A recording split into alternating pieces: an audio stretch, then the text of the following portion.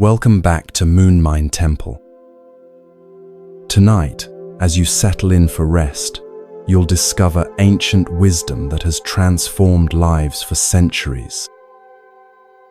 These are not ordinary stories, but gateways to understanding yourself and the world more deeply.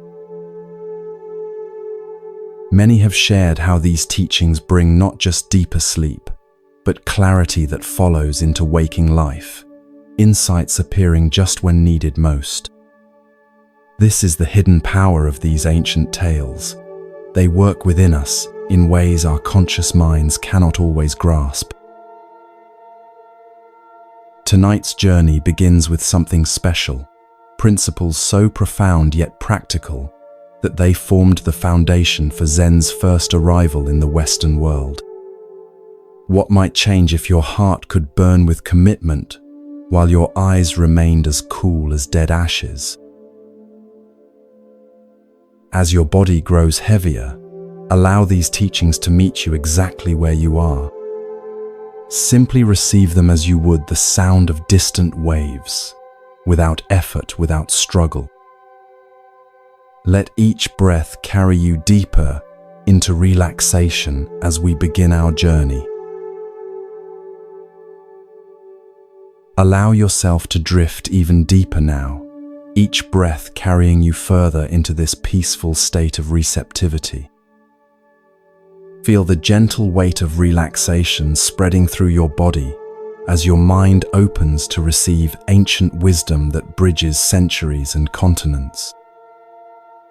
Journey with me now to the dawn of the 20th century, when Eastern and Western worlds were beginning to exchange not just goods, but profound spiritual ideas.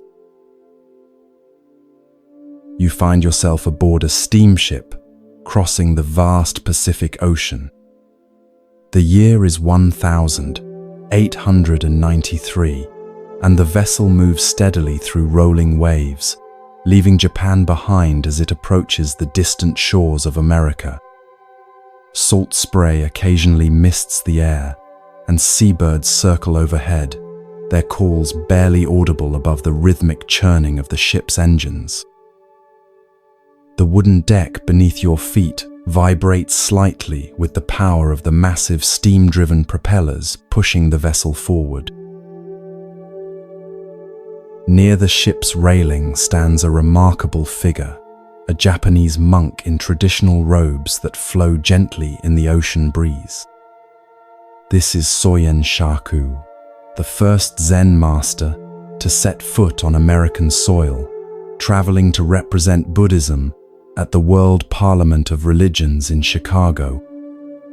His face, serene yet alert, reveals both deep contemplation and keen observation as he watches the endless horizon where sea meets sky. Though of modest height, something in his bearing commands attention, a natural dignity that draws respectful glances from passing crew members and fellow passengers alike. Approach closer and notice the small leather-bound journal that rests in his hands. Its pages flutter slightly in the breeze as he writes with careful precision, brush strokes forming characters that bridge ancient wisdom and the emerging modern world. These are not casual notes or passing observations, but something more essential, personal principles, distilled from decades of rigorous practice and deep reflection. He pauses occasionally, looking out at the vast ocean as if drawing inspiration from its boundless expanse. A young Japanese student approaches respectfully. This is D.T. Suzuki, who will later become famous for introducing Zen to Western audiences through his prolific writings. For now, though, he is simply a devoted disciple, accompanying his teacher on this unprecedented journey. "Master," Suzuki says with a deep bow, "many of the American scholars we will meet have asked for practical guidance on incorporating Zen principles into daily life. They admire the philosophy, but struggle to understand how it translates to action.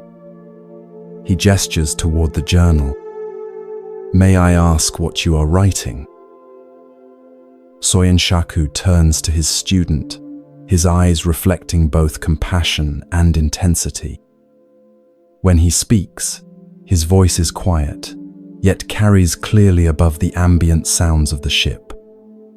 There is a quality to his words that suggests they arise not from casual thought, but from the depths of lived experience. "I am setting down the principles that guide my own daily practice," he explains. "Not abstract philosophy or complex doctrine, but simple rules for living that embody Zen understanding."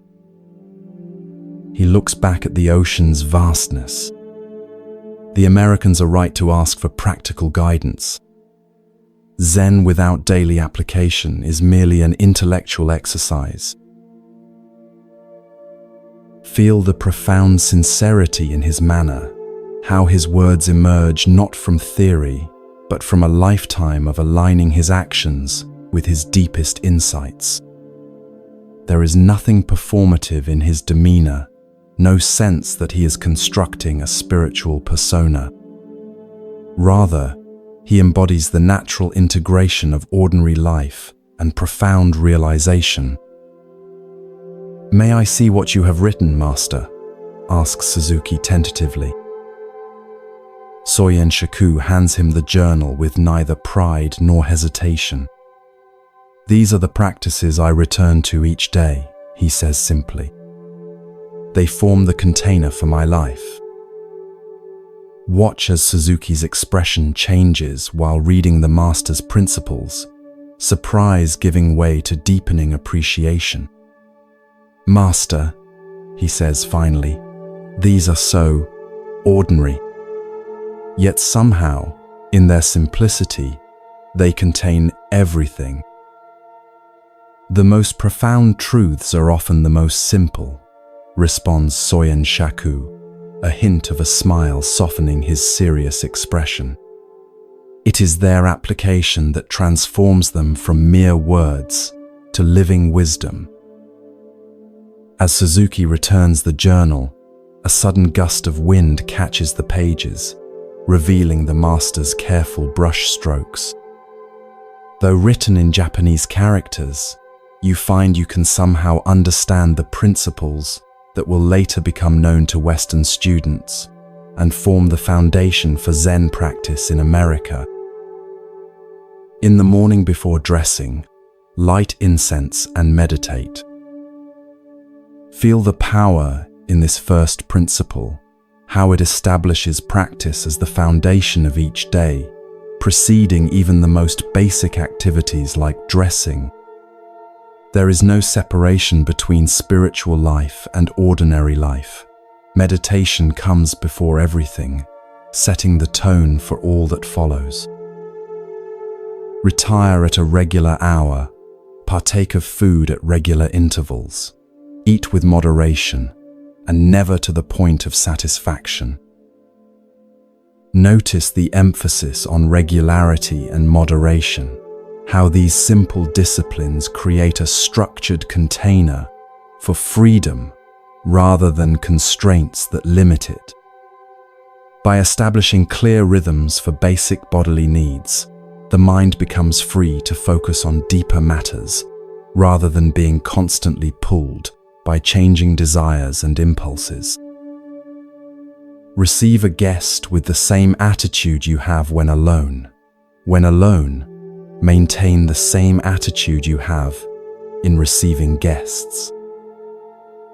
Experience the profound challenge in this principle, the call to absolute authenticity that transcends social masks and private indulgences. There is no performance self for public consumption and true self for private moments, only continuous integrity across all contexts. Watch what you say, and whatever you say, practice it. Feel the weight of this simple instruction that cuts through hypocrisy and empty talk. Words and actions are not separate realms. Each spoken commitment becomes a sacred promise to be fulfilled through concrete behavior. When an opportunity comes, do not let it pass by, yet always think twice before acting. Sense the perfect balance embodied here, neither the hesitation that misses life's openings, nor the impulsivity that rushes forward without discernment. There is both responsiveness to the moment and the wisdom of reflection, creating action that is both timely and considered. Do not regret the past. Look to the future. Experience the liberation in this principle, the release from the weight of unchangeable history, combined with purposeful orientation toward what can still be shaped. Neither trapped in regret nor untethered from learning, this middle path directs energy where it can be most effective. Have the fearless attitude of a hero and the loving heart of a child. Feel the beautiful integration of seemingly opposite qualities, courage and tenderness, strength and openness, the warrior's resolve and the child's wonder. This is not an either or proposition but a both, and invitation to wholeness. Upon retiring, sleep as if you had entered your last sleep. Upon awakening, leave your bed behind you instantly as if you had cast away a pair of old shoes. Notice how this final principle infuses even the most ordinary daily transitions with profound significance. Sleep approached with the completeness of final release, awakening embraced with immediate presence and forward movement. Nothing taken for granted, nothing merely routine, every moment fully inhabited. As Suzuki finishes reading, he looks up at his teacher with new understanding. The Americans may expect something more exotic, he observes. These principles seem so simple. Soyen Shaku's eyes meet his students directly. Simple, yes. Easy, no. His voice takes on a new intensity as he adds, "My heart burns like fire, but my eyes are as cold as dead ashes." Feel the power of this statement, the perfect complementarity it expresses. The burning heart of passionate commitment, the cool eyes of dispassionate observation. Neither cold detachment nor blind fervor, but both qualities held in dynamic balance. This is not theory but Soyen Shaku's lived reality, the integration of opposites that transcends apparent contradiction. "I understand, Master," Suzuki responds quietly, bowing again before departing to attend to his duties. As the ship continues its journey across the vast Pacific, Soyen Shaku returns to his writing, adding final refinements to principles that will eventually influence generations of practitioners in lands he has yet to see. His presence on the deck embodies the very balance his words describe, fully engaged yet perfectly at ease, intensely focused, yet completely open to the vast horizon stretching before him. The principles in his journal are not abstract ideals, but the lived reality of the man himself, demonstrated in each breath, each step, each interaction. This story reveals the profound practicality at the heart of Zen teaching. While many spiritual traditions offer lofty philosophical concepts or complex metaphysical systems, Soyen Shaku distilled his wisdom into concrete daily practices that anyone might attempt, regardless of culture or background. These principles bridge the gap between profound realization and ordinary life, between Eastern tradition and Western seekers, between ancient wisdom and modern application. What makes these guidelines so powerful is their integration of apparent opposites: structure and flexibility, discipline and spontaneity, tradition and innovation. They establish clear forms without becoming rigid dogma. They provide specific practices while pointing toward the boundless awareness that transcends all techniques. Like the master himself, whose heart burned with passion while his eyes remained cool with clarity, these principles invite us to discover wholeness through embracing complementary aspects of our nature rather than choosing between them.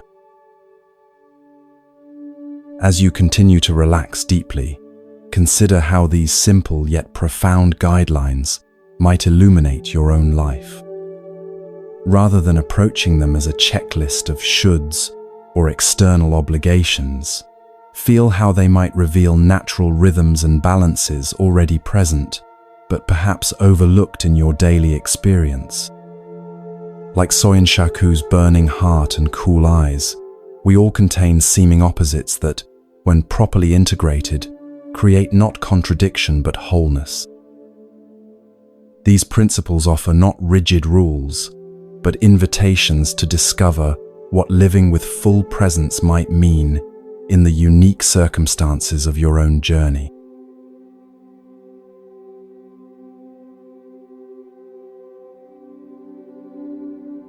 As you continue to drift peacefully in this relaxed state, allow yourself to journey now to ancient India, to a time when Buddha himself walked among ordinary people, teaching through direct encounter rather than abstract philosophy. Feel your awareness expanding as we travel across centuries to witness an unexpected meeting that reveals profound wisdom through the most unlikely teacher.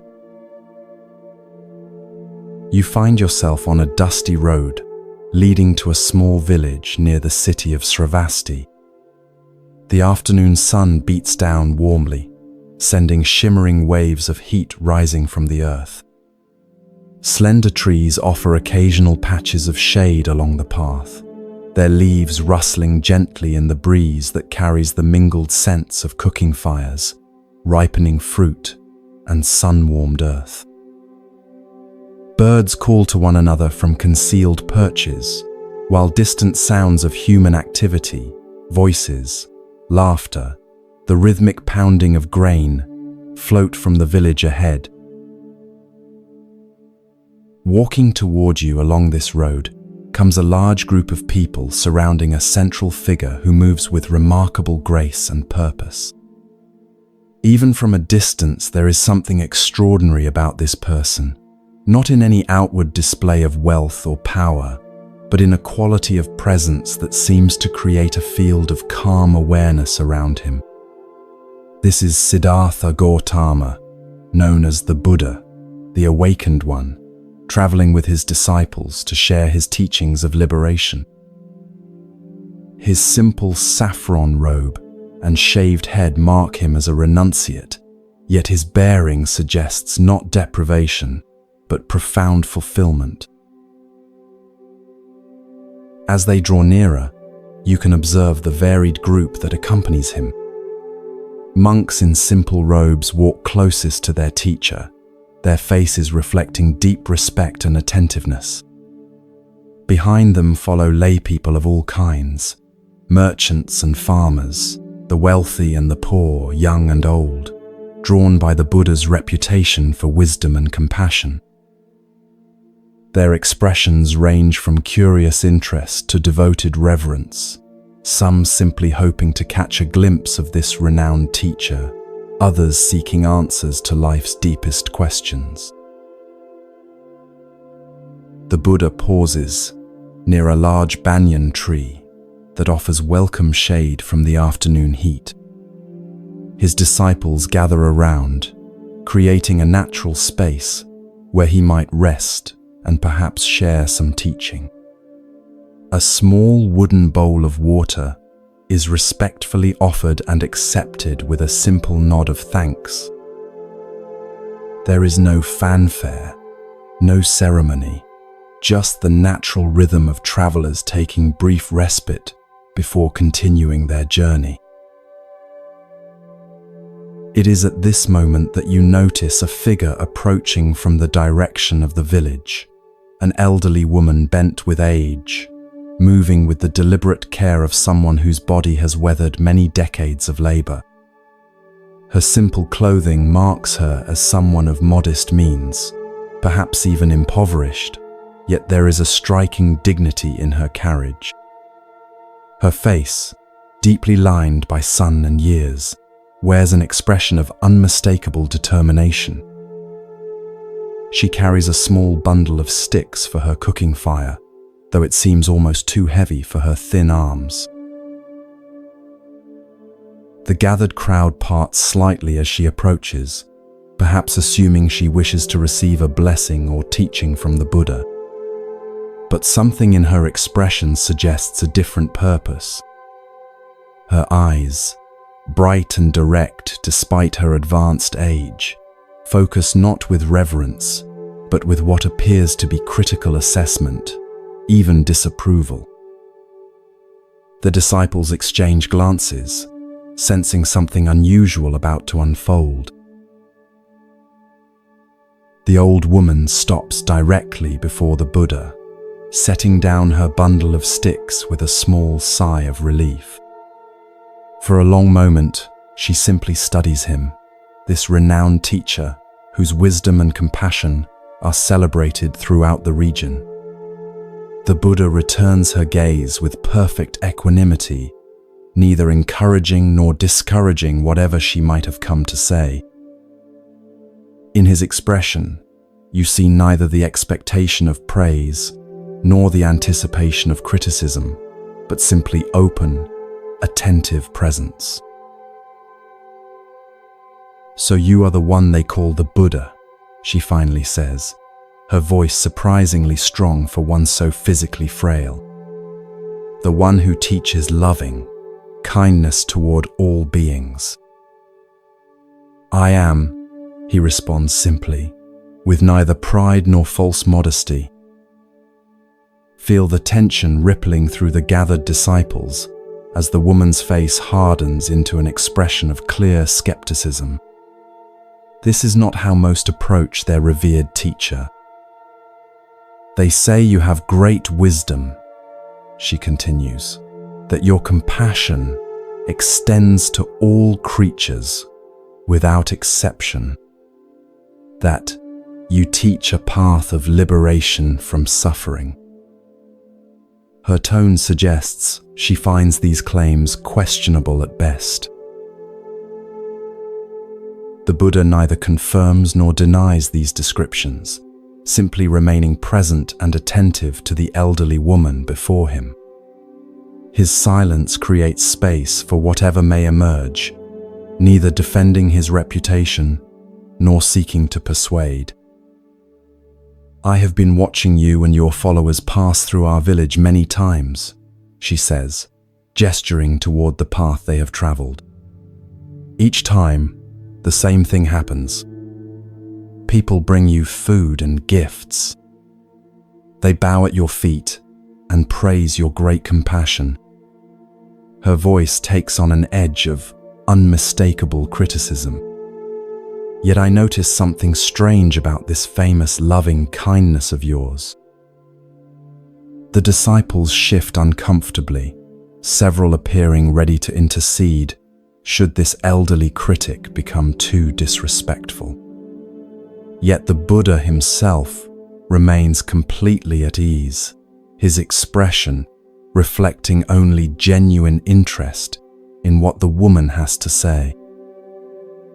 There is not a trace of defensiveness in his manner.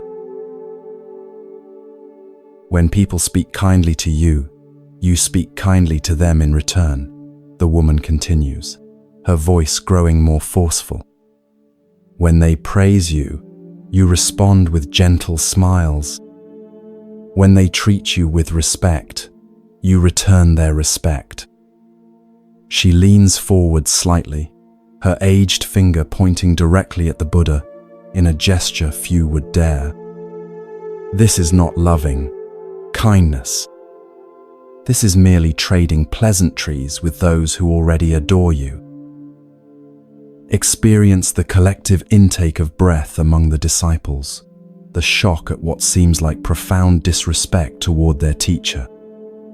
Several of the younger monks look to their senior brothers, clearly expecting some intervention. Yet the Buddha himself remains perfectly serene, giving the woman his complete attention, as receptive to her criticism as he would be to the highest praise. Anyone can be kind to those who are kind to them, the old woman declares. Even the tax collectors and criminals do that much. Where is this special compassion you're so famous for? I see no evidence of it. Her challenge hangs in the air like the heat waves rising from the dusty road. The gathered crowd has fallen completely silent, all eyes moving between the elderly critic and the serene teacher. How will he respond to such direct, public criticism? The Buddha's face breaks into a warm, genuine smile, not the defensive smile of someone trying to diffuse tension, but the appreciative smile of someone who has just received an unexpected gift. You are quite right, he says, his voice gentle yet clear enough for all to hear. Simple reciprocity is not what I mean by loving kindness.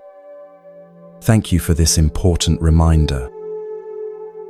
He bows slightly to the woman, a gesture of sincere respect that causes another ripple of surprise among his followers.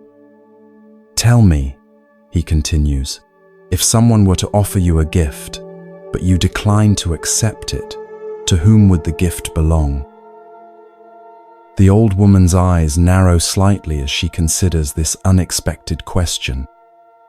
To the giver, of course, she answers. If I don't accept it, it remains with the one who offered it. The Buddha nods. And so it is with anger and criticism. If I do not accept and hold on to the negativity offered to me, it remains with the giver. His voice carries no trace of superiority or defensiveness, only a clear sharing of understanding. This is not a matter of pride or spiritual accomplishment. It is simply recognizing the nature of reality. Watch as the woman's expression shifts, not suddenly transforming from criticism to adoration, but subtly opening as something in the Buddha's response touches her differently than she had anticipated. She had clearly expected either defensive anger or perhaps patronizing tolerance, but she has received neither, only genuine presence and respect. But what of my criticism itself? She presses, though her tone has lost some of its edge. Do you deny its truth? On the contrary, replies the Buddha, I welcome it. The truth you offer is valuable, regardless of how it is delivered. Loving kindness is indeed meaningless if extended only to those who please us. He gestures toward his disciples. We are all learning this lesson together, myself included. Several of the monks nod in acknowledgement, their initial discomfort with the woman's approach now transformed into appreciation for the teaching unfolding before them. Then you are not offended by my words, the woman asks, genuine curiosity now mixing with her earlier skepticism. How could I be offended by truth? Responds the Buddha. You have reminded all of us of something essential, that true compassion makes no distinctions between the pleasant and unpleasant, the flattering and the critical, those who love us and those who challenge us. His smile deepens with real warmth. In fact, you have given us a more valuable teaching today than many elegant discourses. Feel the profound shift that has occurred in this unexpected encounter. What began as criticism has been transformed, not through clever argument or spiritual one-upmanship, but through the simple yet profound practice of genuine presence and receptivity. The old woman's bundle of sticks still rests at her feet, but the bundle of assumptions and judgments she carried has been gently set down alongside them. Perhaps there is something to your teachings after all, she concedes, with the hint of a smile creasing her weathered face. She bends to retrieve her firewood, and the Buddha himself leans forward to help her lift the bundle. Their hands meet briefly in this simple act of cooperation, the renowned spiritual teacher and the elderly critic now connected through an authentic moment of shared humanity. As she continues toward the village, with her bundle of sticks, walking perhaps a little straighter than before, the Buddha turns to his disciples. "That," he says quietly, "is one of our greatest teachers. She has reminded us that loving kindness is not a mere exchange of pleasantries, but a radical openness that makes no distinctions between friend and critic." His gaze follows the old woman's retreating figure with genuine respect. Remember her words, whenever you find yourself extending compassion only to those who treat you well. The woman's bundle of sticks offers a perfect metaphor for what occurred in this encounter.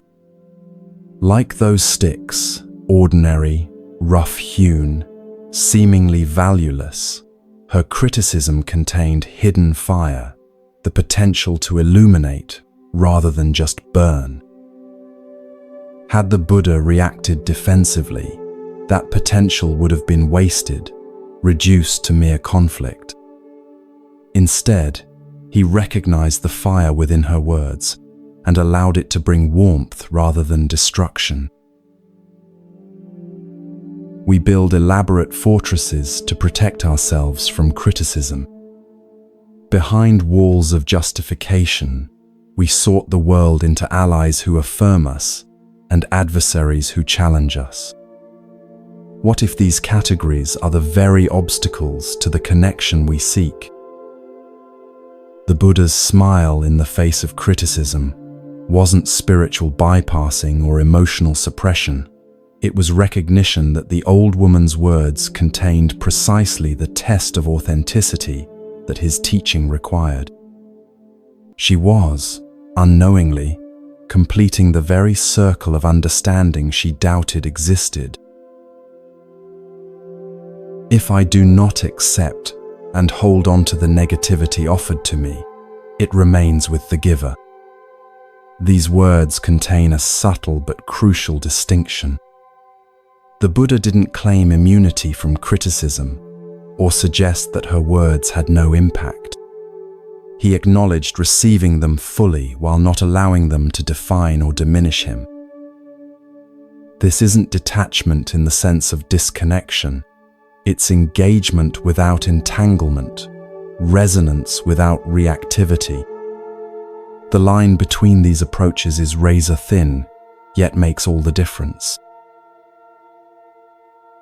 As you drift towards sleep, imagine what might shift if you approach the next difficult conversation in your life, not as a problem to solve or an attack to defend against, but as an old woman with a bundle of sticks, someone bearing both a burden and a gift. What criticism have you rejected that might contain an ember of truth? What challenging person in your life might be, like the old woman, an unexpected teacher bearing precisely the lesson you need most? The Buddha's response invites us beyond the binary trap of accepting criticism as completely valid or rejecting it as utterly false. toward a third way where we extract the truth while leaving behind the emotional charge that often accompanies it.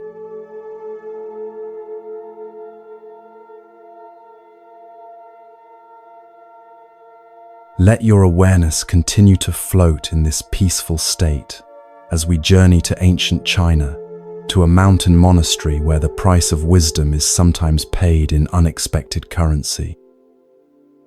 Feel the weight of your eyelids growing heavier as your mind opens to a story about the fierce determination required on the path to understanding. You find yourself standing in a temple courtyard as winter's first snow begins to fall. Delicate flakes drift silently from a pewter sky, gradually transforming the angular temple roofs and stone pathways into a landscape of gentle curves and unmarked white. Your breath forms small clouds that dissipate into the cold air, joining the thin wisps of smoke rising from incense burners placed at intervals around the courtyard. The scent of cedar and sandalwood mingles with the sharp, clean smell of approaching snow, creating an atmosphere that seems suspended between worlds. Across the courtyard stands the meditation hall, an imposing structure of dark wood that has witnessed centuries of silent seeking. From within comes the faint, rhythmic sound of a wooden fish drum, marking the cadence for seated meditation. The hollow tock, tock, tock, tock pulses like a heartbeat against the muffled silence created by the falling snow. This sound has guided countless practitioners through the long hours of zazen, neither hurrying them nor allowing them to drift into sleep. Through the lightly falling snow, a solitary figure approaches the hall. This is Kyogen, a monk in his mid-30s, who has spent 15 years in rigorous study and practice. His face shows the intensity of someone driven by a question that will allow no peace until answered. The set of his jaw, the furrow between his brows, even the deliberate placement of each footstep reveals both unwavering determination and growing frustration. Snow accumulates on his shoulders and the wide brim of his bamboo hat, but he seems unaware of it, focused entirely on the purpose that drives him forward. As Kyogen reaches the meditation hall, another figure emerges, his teacher, Master Isan, whose serene presence forms a striking contrast to his students' barely contained urgency. Isan's advanced years show in his silvered hair and the deep lines mapping his face, yet there is a youthful alertness in his eyes that misses nothing. His worn robes hang loosely on his spare frame, moving slightly in the winter breeze. Where Kyogen's presence suggests a tightly wound spring, Isan embodies the relaxed attention of someone fully at home in his own skin. "Master," Kyogen says, bowing deeply, "I must speak with you." His voice carries an edge of controlled desperation. Isan returns the bow, then gestures toward a small covered walkway that offers shelter from the falling snow. They walk together in silence, their footsteps leaving parallel tracks across the white courtyard. Once beneath the walkway's roof, they face each other, student and teacher, seeker and guide, question and potential answer. "What troubles you, Kyogen?" asks Isan, his voice neither encouraging nor discouraging what is to come. Feel the weight of the moment as Kyogen gathers himself to speak. His breath comes more rapidly, forming quick clouds that dissolve into the winter air. His hands clench briefly at his sides, then deliberately relax. "Master, I have studied the sutras extensively," he begins. "I have memorized the teachings analyzed the commentaries, practiced meditation without failing for 15 years. His voice grows more intense with each word. Yet still, I cannot answer the fundamental question, what was my original face before my parents were born? This question, one of Zen's most famous koans, hangs in the air between them, like the suspended snowflakes nearby. It is not a question about physical appearance or family lineage, but about the most essential nature of being, what exists prior to all conditioning, all history, all conceptual understanding. Isan remains silent, his eyes steady on Kyogen's troubled face. Neither rushing to provide an answer nor dismissing the question's importance, he creates a space where the question itself can ripen. "Please, Master," Kyogen continues, his composure beginning to crack, "explain this to me. I have reached the limits of my understanding. I can go no further without your guidance." Watch as Isan's expression shifts, not toward the compassionate explanation Kyogen hopes for, but towards something both gentler and more demanding. "If I explained it to you," he says quietly, "it would become my understanding, not yours." "Then how am I to penetrate this question?" asks Kyogen, frustration evident in every line of his body. "What more can I possibly do? If a man climbs to the top of a 100-foot pole, how can he take one step further?" replies Isan, offering not an answer but another question that seems to compound rather than relieve Kyogen's dilemma. Feel the impact of these words on the desperate student. The image they evoke, a climber who has reached the highest possible point with no apparent way to progress further, perfectly mirrors Kyogen's own sense of having reached the limits of what effort and intellect can achieve. Yet the Master's question implies that one more step is not only possible but necessary. "I don't know," Kyogen admits, his voice barely audible above the soft hiss of falling snow. "I have climbed as high as I can. I have exhausted every approach. If you will not guide me further, what am I to do?" Isan looks at his student with eyes that hold both unwavering demand and profound compassion. "Let go," he says simply.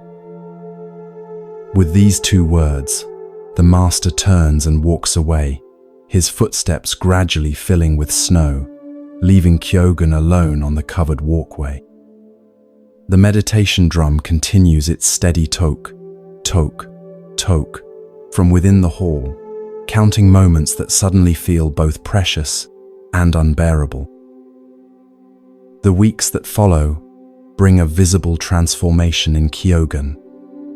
He continues his regular duties around the monastery, chopping wood, carrying water, preparing meals, but with a new quality of focused intensity. The frustrated urgency has been replaced by something deeper and more resolved. He speaks little, eats little, sleeps little. Those who pass him in the temple grounds observe that his eyes often seem fixed on something beyond the visible world, as if tracking a quarry only he can perceive. One day, while sweeping a path through the bamboo grove behind the temple, Kyogen's broom dislodges a small stone that flies through the air and strikes a hollow bamboo stalk with a clear, resonant tock.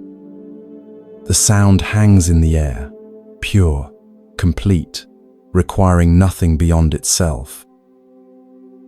In that instant, something breaks open in Kyogen's understanding.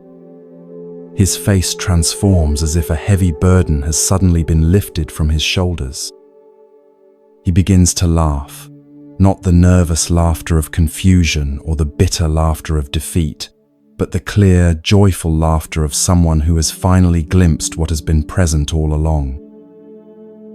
The broom falls from his hands as he stands perfectly still in the bamboo grove, tears streaming down his face while laughter continues to bubble from some newly discovered spring within him. That evening, as darkness falls over the temple complex, Kyogen appears before Master Isan's quarters. His face now shows neither the desperate questioning of their previous encounter nor the manic elation of his experience in the bamboo grove, but a clear-eyed serenity that seems to illuminate him from within. "You have found something," Isan observes, not as a question but as simple recognition. Kyogen bows deeply. "Master, today I heard a stone strike bamboo, and what you could not explain to me became clear without explanation." Isan nods, his eyes reflecting quiet satisfaction. "Will you put it into words?" he asks, testing not whether understanding has occurred, but whether Kyogen recognizes the limitations of verbal expression. "One note of bamboo, and all my questions vanished," replies Kyogen. "All my previous knowledge is like a single hair in the vast sky. All my experience is like a drop of water thrown into a deep ravine." Notice the shift in his response, not an explanation of what he has understood, but an expression of how radically his relationship to knowing itself has transformed. Where once he sought to grasp understanding as something to possess, he now recognizes himself as already inseparable from what he sought. "The pole?" asks Isan, referring to his earlier question about the 100-foot pole. "There is no pole," responds Kyogen with a smile. "There is no climber. There is no step to take." Isan returns the smile, teacher and student meeting in wordless recognition. Nothing more needs to be said about what has been discovered, not because it is secret, but because it exists in a realm where words can only point, never contain. Years pass, and Kyogen himself becomes a respected teacher, guiding others along the path he has traveled. One day, a monk approaches him with the same desperate intensity he once brought to Master Isan. "Master," says the monk, "I have studied diligently and practiced without cease, yet still I am plagued by questions about the nature of mind and reality. Please, resolve my doubts, once and for all." Kyogen looks at the earnest young monk with eyes that see both the question and what lies beneath it. Without speaking, he holds up his hand, extending his index and middle fingers. Then, to the monk's astonishment, he brings his other hand forward, holding a burning candle. With deliberate slowness, he places his extended fingers directly into the flame. The monk gasps in horror as Kyogen maintains this position without flinching, the flesh of his fingers beginning to blacken in the flame. The scent of burning flesh fills the air between them. Yet Kyogen's eyes remain clear and direct, holding the monk's gaze with unwavering presence. "Master, stop!" cries the monk, reaching forward to pull Kyogen's hand from the flame. "Why would you do such a thing?" "I burned my fingers to answer your questions," replies Kyogen calmly, as if the pain were merely an interesting sensation rather than an agony to be avoided. When understanding comes at such a price, how many questions will you continue to bring? In that moment, something shifts in the young monk's perception. He sees not just the physical sacrifice before him, but the deeper truth it embodies, that the path to understanding demands not endless questioning but complete commitment, not intellectual accumulation, but the willingness to let everything burn away, even one's most basic instincts for comfort and safety. His questions, which had seemed so urgent and essential moments before, suddenly appear as what they truly are, attempts to reach through thinking what can only be grasped through direct experience. The monk backs away, bowing deeply, then turns and leaves without another word. The questions that drove him to seek Kyogen's teaching have not been answered, but they have been transcended, replaced not by new concepts, but by a visceral recognition of what genuine understanding requires. This stark story cuts through our comfortable assumptions about spiritual seeking. We often approach wisdom like shoppers browsing merchandise, sampling teachings, collecting insights, looking for the perfect explanation that will satisfy our intellectual curiosity, while demanding nothing more substantial than our attention.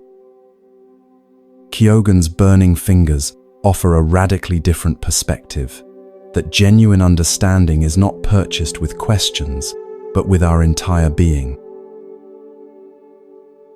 The sound of stone striking bamboo that triggered Kyogen's awakening wasn't special in itself.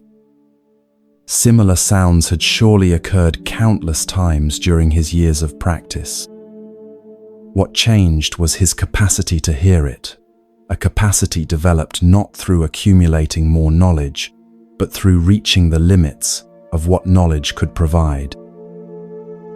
Only when he exhausted every conceptual approach, when he climbed to the top of the 100-foot pole and found himself with nowhere left to go, did the possibility of letting go become not just an idea, but the only viable path forward. In your own life, notice where you might be treating understanding as a possession to acquire rather than a capacity to embody. Consider the questions that drive you. Are they bridges toward direct experience or substitutes for it? Like Kyogen before his awakening, we often believe that one more book, one more teaching, one more explanation will finally resolve our fundamental questions, when what's actually required is a willingness to risk everything we think we know.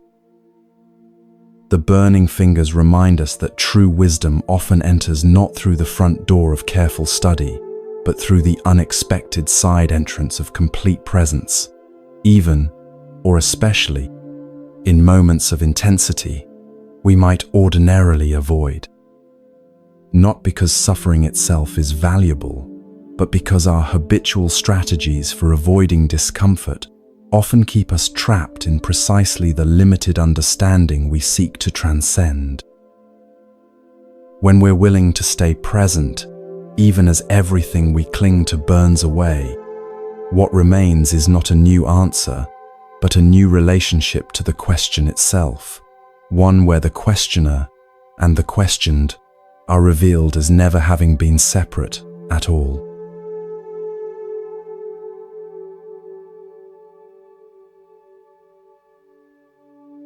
Ikkyu's well. Feel your body becoming heavier now, melting into your mattress as we travel together to medieval Japan. The gentle rhythm of your breath carries you deeper into this state of peaceful receptivity. As you sink further into relaxation, imagine the weight of your eyelids growing impossibly heavy. You are now in 15th century Kyoto. Feel the cool evening air against your skin as lanterns glow in the distance. The sweet scent of cherry blossoms mingles with wood smoke. The sound of distant flutes reaches your ears. You find yourself approaching an elegant mansion where servants hurry about, preparing for an important gathering. Inside, a wealthy silk merchant paces anxiously, checking every detail. Feel the smooth wooden floors beneath your feet. Notice the perfectly arranged cushions, the gleaming lacquerware, the musicians tuning their instruments in the corner. The air carries the tantalizing aroma of rare delicacies being prepared in the kitchen. The merchant has spared no expense for this dinner party.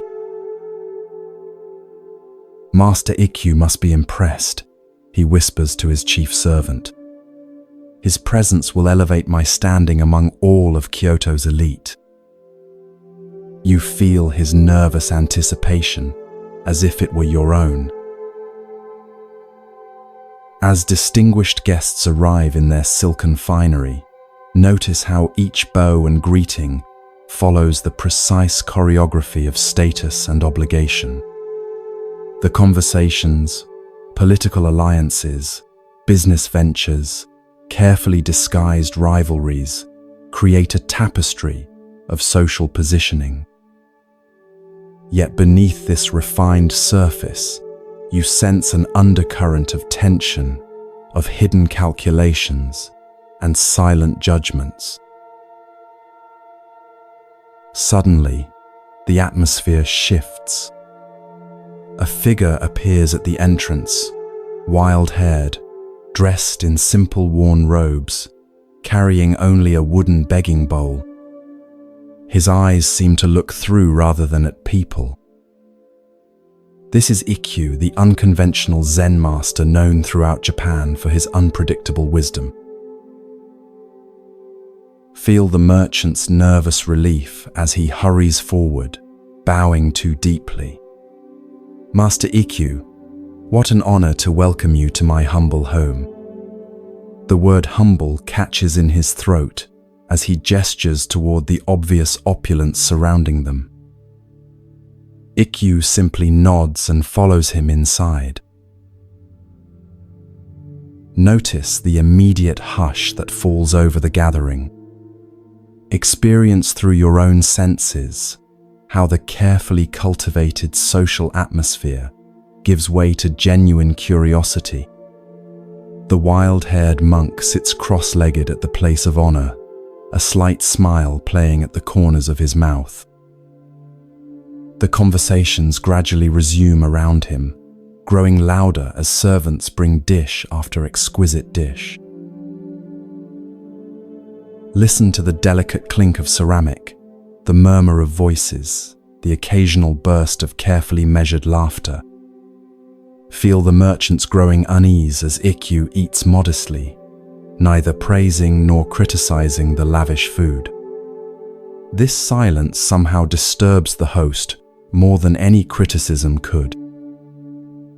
As the evening progresses and sake cups are repeatedly filled, you sense a building tension in the room. It breaks unexpectedly when Ikkyu suddenly rises to his feet. Feel the immediate attention his movement commands. Honored host, Ikkyu says with a respectful bow, might I trouble you for a simple cup of water from your well? Experience the ripple of confusion passing through the room. Water? Common well water, when the finest sake in Kyoto flows freely. The merchant blinks, momentarily puzzled, then recovers. Of course, Master Ikkyu. My servant will bring fresh water immediately. I would prefer to draw it myself, Ikkyu replies, his voice gentle but firm.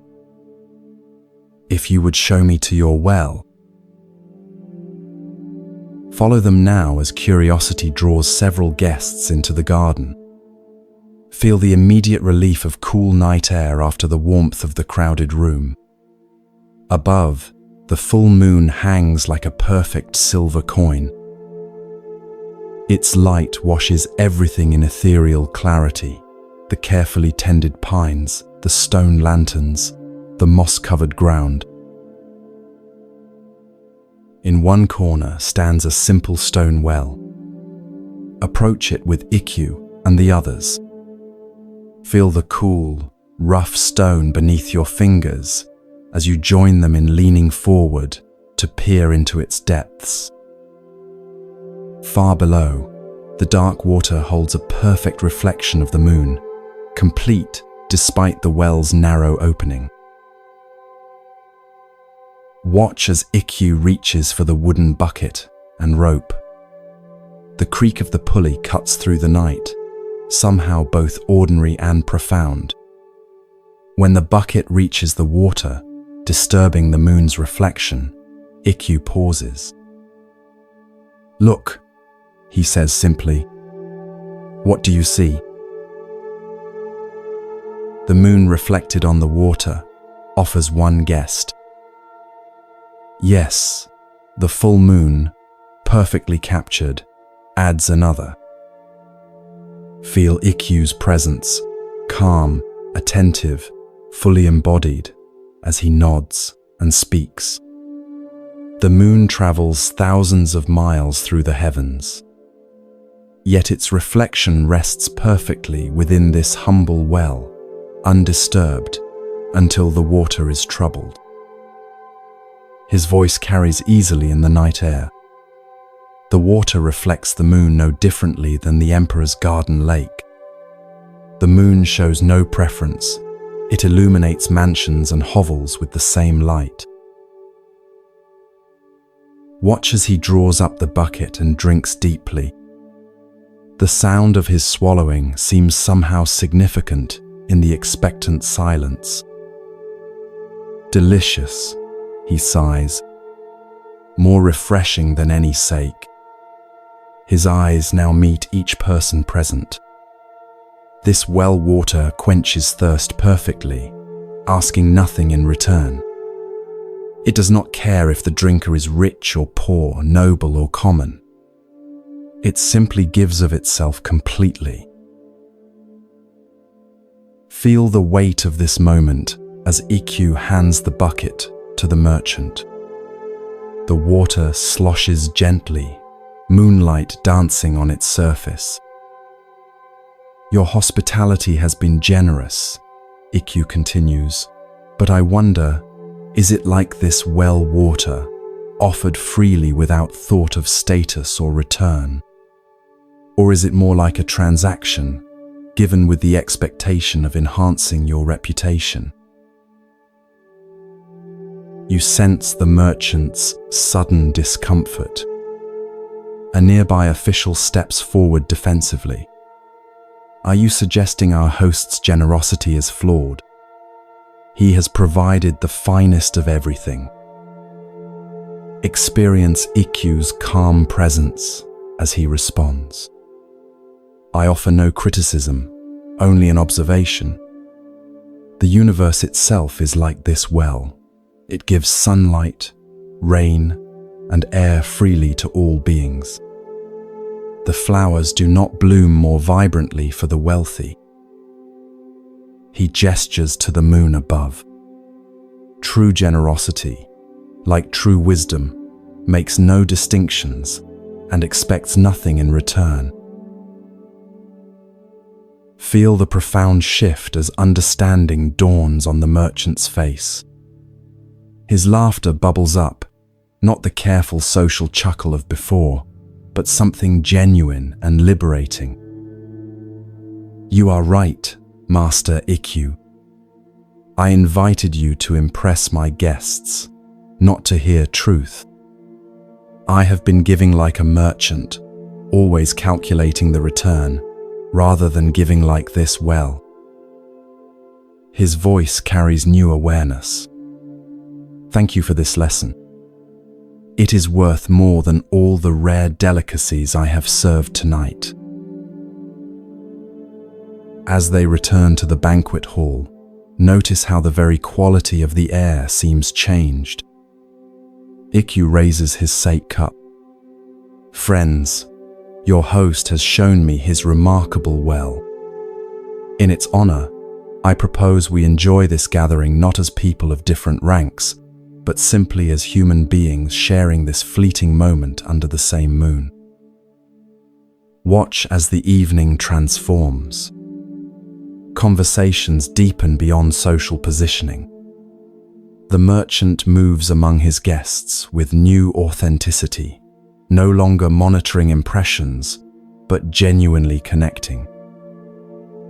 And Ikkyu, the wild-haired monk who arrived with nothing, becomes the heart of the gathering with stories and insights that seem perfectly tailored to each person.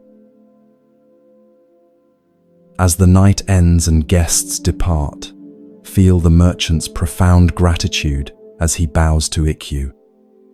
You arrived with nothing yet gave me the most valuable gift I have ever received. Ikkyu smiles. I gave you nothing you did not already possess. I merely showed you the well that has always been in your garden. With that, he disappears into the moonlit night. As you drift deeper into relaxation, consider the wells in your own life, those simple sources of clarity so easily overlooked. Like the merchant, we often seek satisfaction in elaborate displays, while missing the perfect reflection of the moon in ordinary water.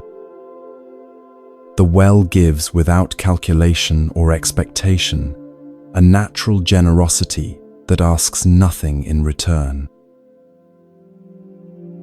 Notice how often your own giving might carry subtle expectations of gratitude, recognition, or future benefit. The universe itself gives freely: sunlight, air, the beauty of the moon, making no distinctions between worthy and unworthy recipients. This is the essence of Buddha nature, reflected in each of us when our minds become still and clear like undisturbed water. Allow the image of the moon reflected in the well to remain in your mind as you sink even deeper into this restful state. Like that reflection, perfect, yet ephemeral, all experiences arise and pass away. Our grasping at status and recognition cannot provide lasting satisfaction. Yet in recognizing this truth, we open ourselves to a more authentic way of being, one that gives freely, reflects clearly, and appreciates the ordinary magic of existence.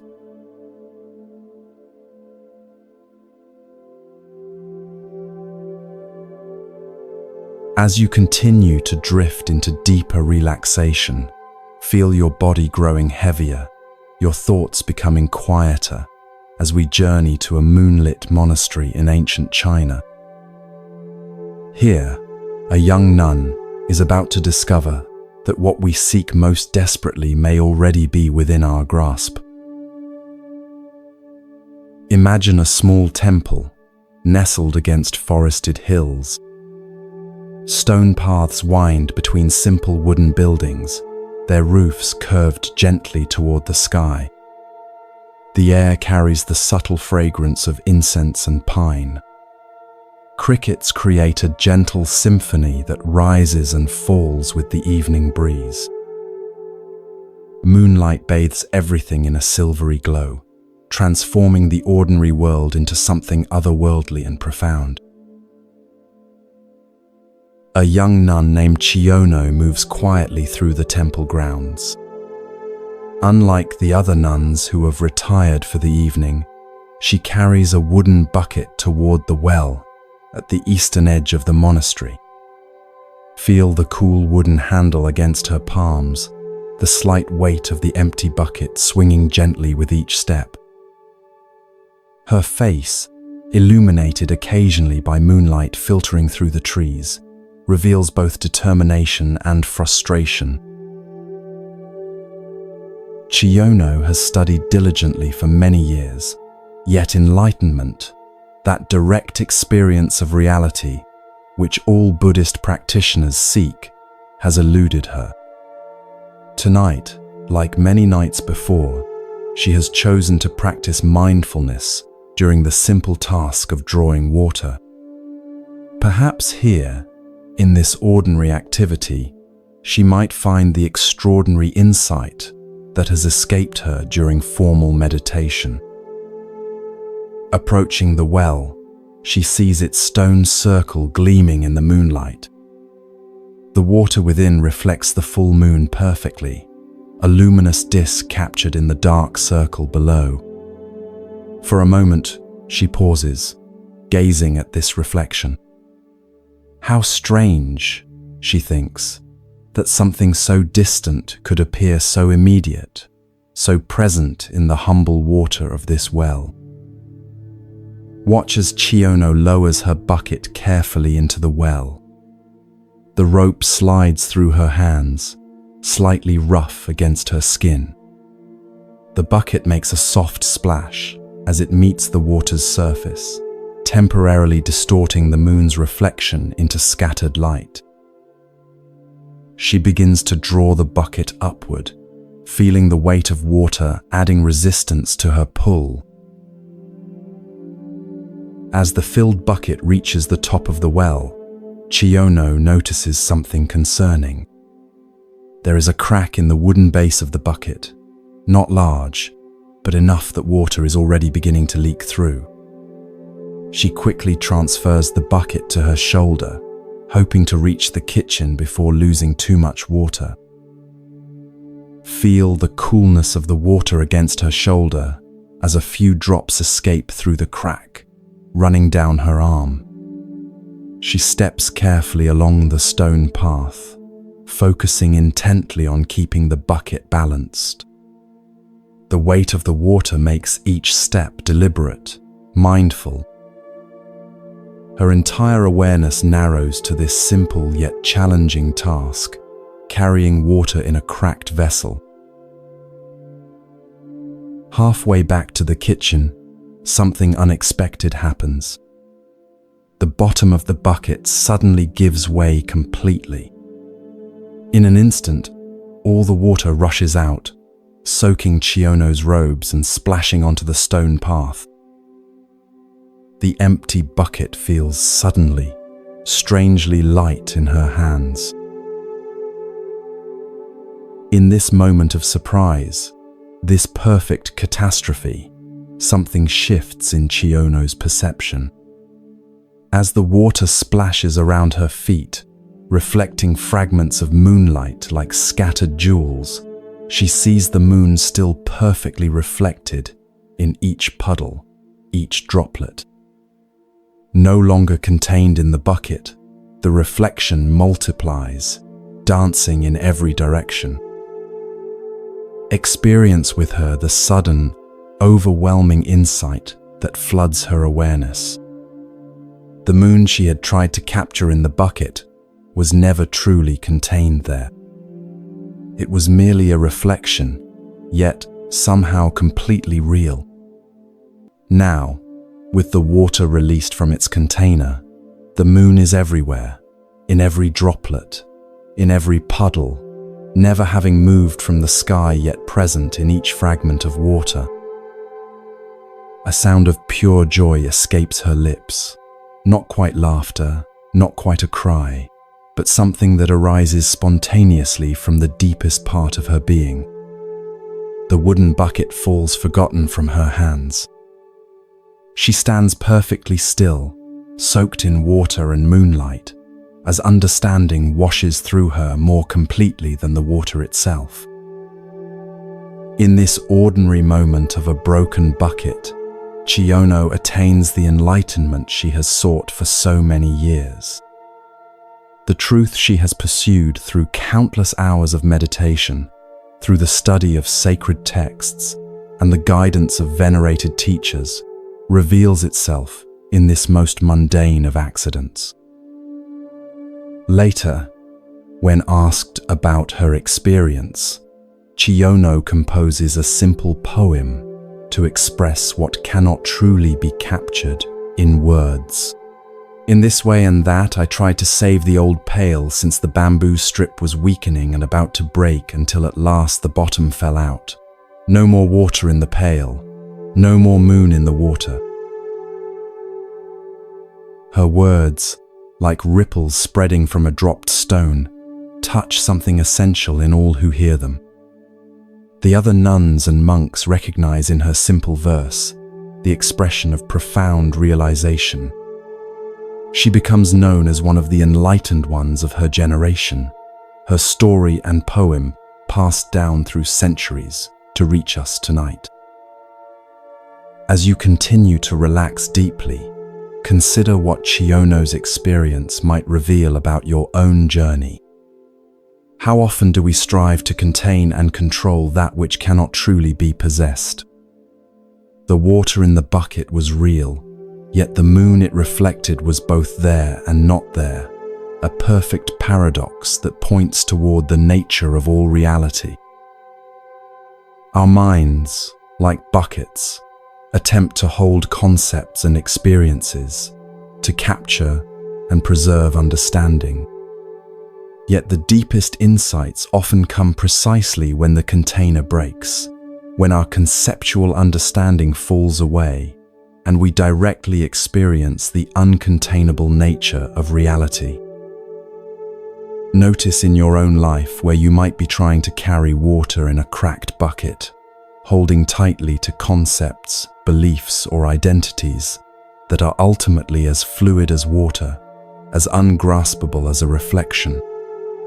Perhaps the very things you most wish to attain, peace, wisdom, awakening, are already present, not as something to be captured and held, but as the very nature of awareness itself. As you drift towards sleep, imagine your own conceptual bucket gently breaking, allowing the water of thought to return to its natural state of flow. Feel the relief of no longer needing to carry, to contain, to preserve. The moon continues to shine, regardless of whether any bucket captures its reflection. Your true nature continues to be what it always has been, unconstrained, illuminated, complete. No more water in the pail, no more moon in the water. In this letting go, in this sweet surrender, the path to awakening reveals itself not as something to achieve, but as the simple recognition of what has always been true. Rest in this understanding as sleep gently embraces you, knowing that like Chiono, your deepest wisdom may arrive in the most unexpected moments, not when you grasp most tightly, but when you finally allow everything to fall away.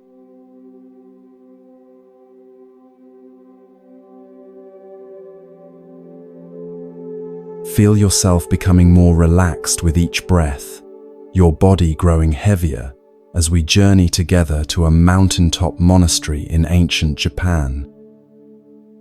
The world around you begins to fade as you're transported across time and space to witness a simple yet profound teaching that has guided seekers for centuries. Let each word carry you deeper into this state of peaceful receptivity. Picture a small Zen monastery nestled among pine trees, its wooden buildings weathered by countless seasons. Morning mist clings to the mountainside, softening the edges of the world. Birds call to one another as the first light of dawn filters through branches. The air carries the scent of damp earth and wood smoke from the kitchen fire. This is a place where life follows the rhythm of nature, rising with the sun, working with mindful attention, resting when darkness falls. In this monastery lives an elderly Zen master named Hyakujo. Though well into his 80s, he continues to work alongside his students each day, tending the garden, chopping wood, carrying water. His weathered hands tell the story of a lifetime of both physical labor and spiritual practice. The deep lines on his face map decades of wisdom earned through direct experience. Despite his advanced age, he moves with surprising strength and purpose, embodying the unity of work and practice that forms the foundation of Zen training. Each morning, after meditation, the master leads his students to the fields and gardens where they grow their food. Each afternoon, they maintain the buildings and gather firewood from the surrounding forest. This daily labor isn't separate from their spiritual practice. It is their practice, another form of meditation where awareness meets the physical world. Through mindful work, the abstract teachings come alive in calloused hands and tired muscles. The younger monks have noticed, however, that Master Hyakujo's age is beginning to show. They see how he sometimes pauses to catch his breath while working in the garden. They notice the slight tremor in his hands as he carries his tools. Though he never complains, they can sense the effort it takes for him to keep pace with their younger bodies. Concern grows among them that their teacher is pushing himself too hard in his elderly years. One evening, after the day's work is complete, several of the senior students gather in hushed conversation. "The master is too old for such physical labor," one whispers. "He has already given so much. Surely he deserves rest in his final years." The others nod in agreement. "Tomorrow," another suggests, "let's hide his garden tools before morning meditation. Without them, he will be forced to rest while we complete the work." Their plans set, they disperse to their sleeping quarters, satisfied that they have found a compassionate solution. The next morning unfolds as usual. The wooden fish drum calls everyone to pre-dawn meditation, followed by a simple breakfast of rice porridge. As the monks prepare for the day's labor, Master Hyakujo goes to the tool shed to retrieve his hoe and pruning shears. But where he expects to find his well-worn tools, there is only empty space. The students watch from a distance, expecting him to give up and return to his quarters to rest. Instead, something unexpected happens. Without comment or complaint, the master simply returns to his quarters. The students exchange satisfied glances, pleased that their plan has worked. They spend the day working in the gardens and fields, periodically glancing toward Hyakujo's quarters to confirm he is indeed resting. By evening, the work is complete, and they gather in the meditation hall once more before the final meal of the day. But something is different tonight. Master Hyakujo is absent from his usual place. More surprising still, when the dinner bell sounds, the attendants bring food for everyone except the master. His place remains empty, his bowl unserved. Puzzled and concerned, the monks exchange questioning glances. Has something happened to their teacher? One of the senior students rises and goes to check on the master. He finds Hyakujo sitting quietly in his room, seeming neither distressed nor ill, simply sitting in meditation. "Master," the student says with concern, "you weren't at the evening meditation, and now no meal has been prepared for you. Has something happened? Are you unwell?" Hyakujo opens his eyes slowly, meeting his student's gaze with perfect clarity. "I did not work today," he says simply. "Therefore, I do not eat today." Feel the impact of these words as they land in the student's heart, so simple yet carrying the weight of profound teaching. The student bows deeply, understanding flowing through him like a sudden mountain stream. Without another word, he returns to the dining hall and reveals what he has learned to the others. Their well-intentioned plan now appears in a completely different light. The next morning, Master Hyakujo's tools have mysteriously reappeared in their proper place. As the morning bell sounds, he joins his students as usual, taking up his tools with practiced hands. No one mentions the previous day's events, but a new understanding flows beneath the surface of their shared work. The master has taught them not through elaborate explanations, but through lived example, the most powerful teaching of all. As the story of Hyakujo's response spread throughout the monastery and beyond, it distilled into a simple phrase that would guide Zen practitioners for generations. A day without work is a day without food. These words carry no judgment or moralism. They simply express the natural harmony of giving and receiving that governs all life. This teaching speaks to something fundamental about our human experience. In nature, nothing exists in isolation. Every creature participates in the cycle of giving and receiving. The bee takes nectar, but pollinates flowers in return. The fallen tree becomes soil that nourishes new growth.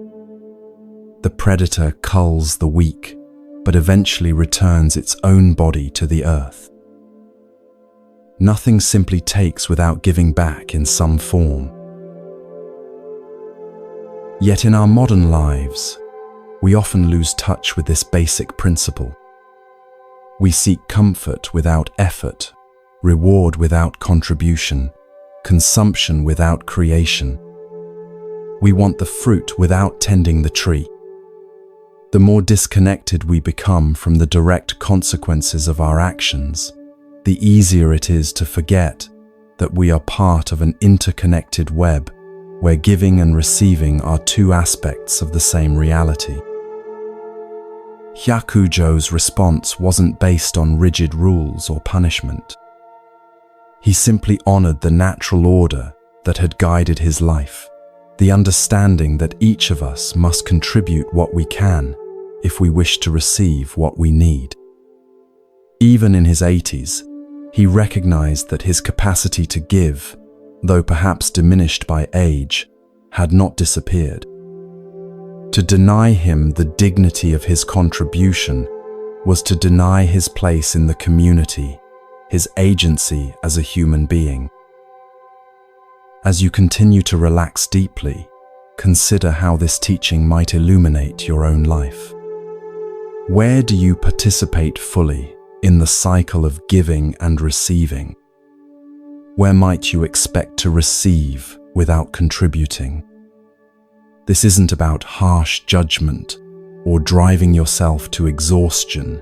Remember that the work appropriate for each person varies with their circumstances and abilities. The bedridden patient who offers a smile to their caregiver is working in their own way. The child learning to tie their shoes is doing the work appropriate to their stage of life. The deeper message of Hyakujo's example is about presence and participation. Are you fully showing up for your life, offering what you can in each moment? Or are you moving through your days passively, taking what comes without conscious engagement?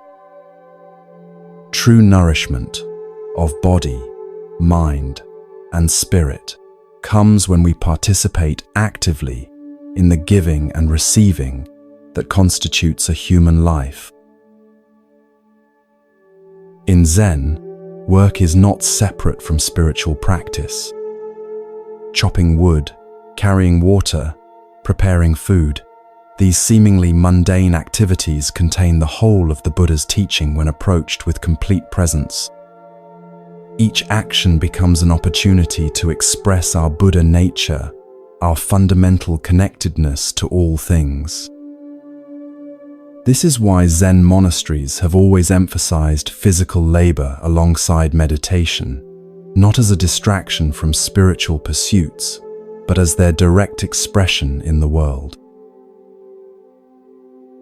As you drift towards sleep, imagine yourself in that mountain monastery, working alongside Hyakujo in the garden. Feel the smooth wooden handle of the tool in your hands, the sun warming your shoulders, the earth yielding to your careful attention. There is no separation between you and this activity, no gap between your spiritual aspirations and this simple work. In this complete presence, you find yourself nourished by the very effort you offer. Giving and receiving become one movement, like the in-breath and out-breath that sustain your life without conscious thought. A day without work is a day without food. Not as punishment, not as rule, but as recognition of the perfect harmony that sustains all life. Each of us has something to offer, some way to participate in the great exchange that connects us to each other and to the earth that supports us. In giving what we can, we open ourselves to receive what we need, not just physical nourishment, but the deeper sustenance of meaning, connection, and purpose that make a human life truly complete.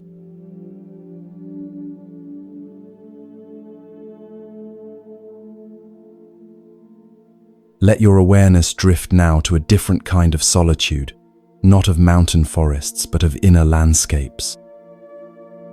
As your body sinks deeper into relaxation, imagine morning mist rising from a valley in medieval Japan. Within this mist stands a small, isolated temple where we encounter one of Zen's most unusual masters and his seemingly strange daily practice. Dawn breaks over the temple of Zuigan, casting long shadows across the wooden veranda. The building stands alone on a gentle slope, surrounded by bamboo groves that sway and whisper in the morning breeze.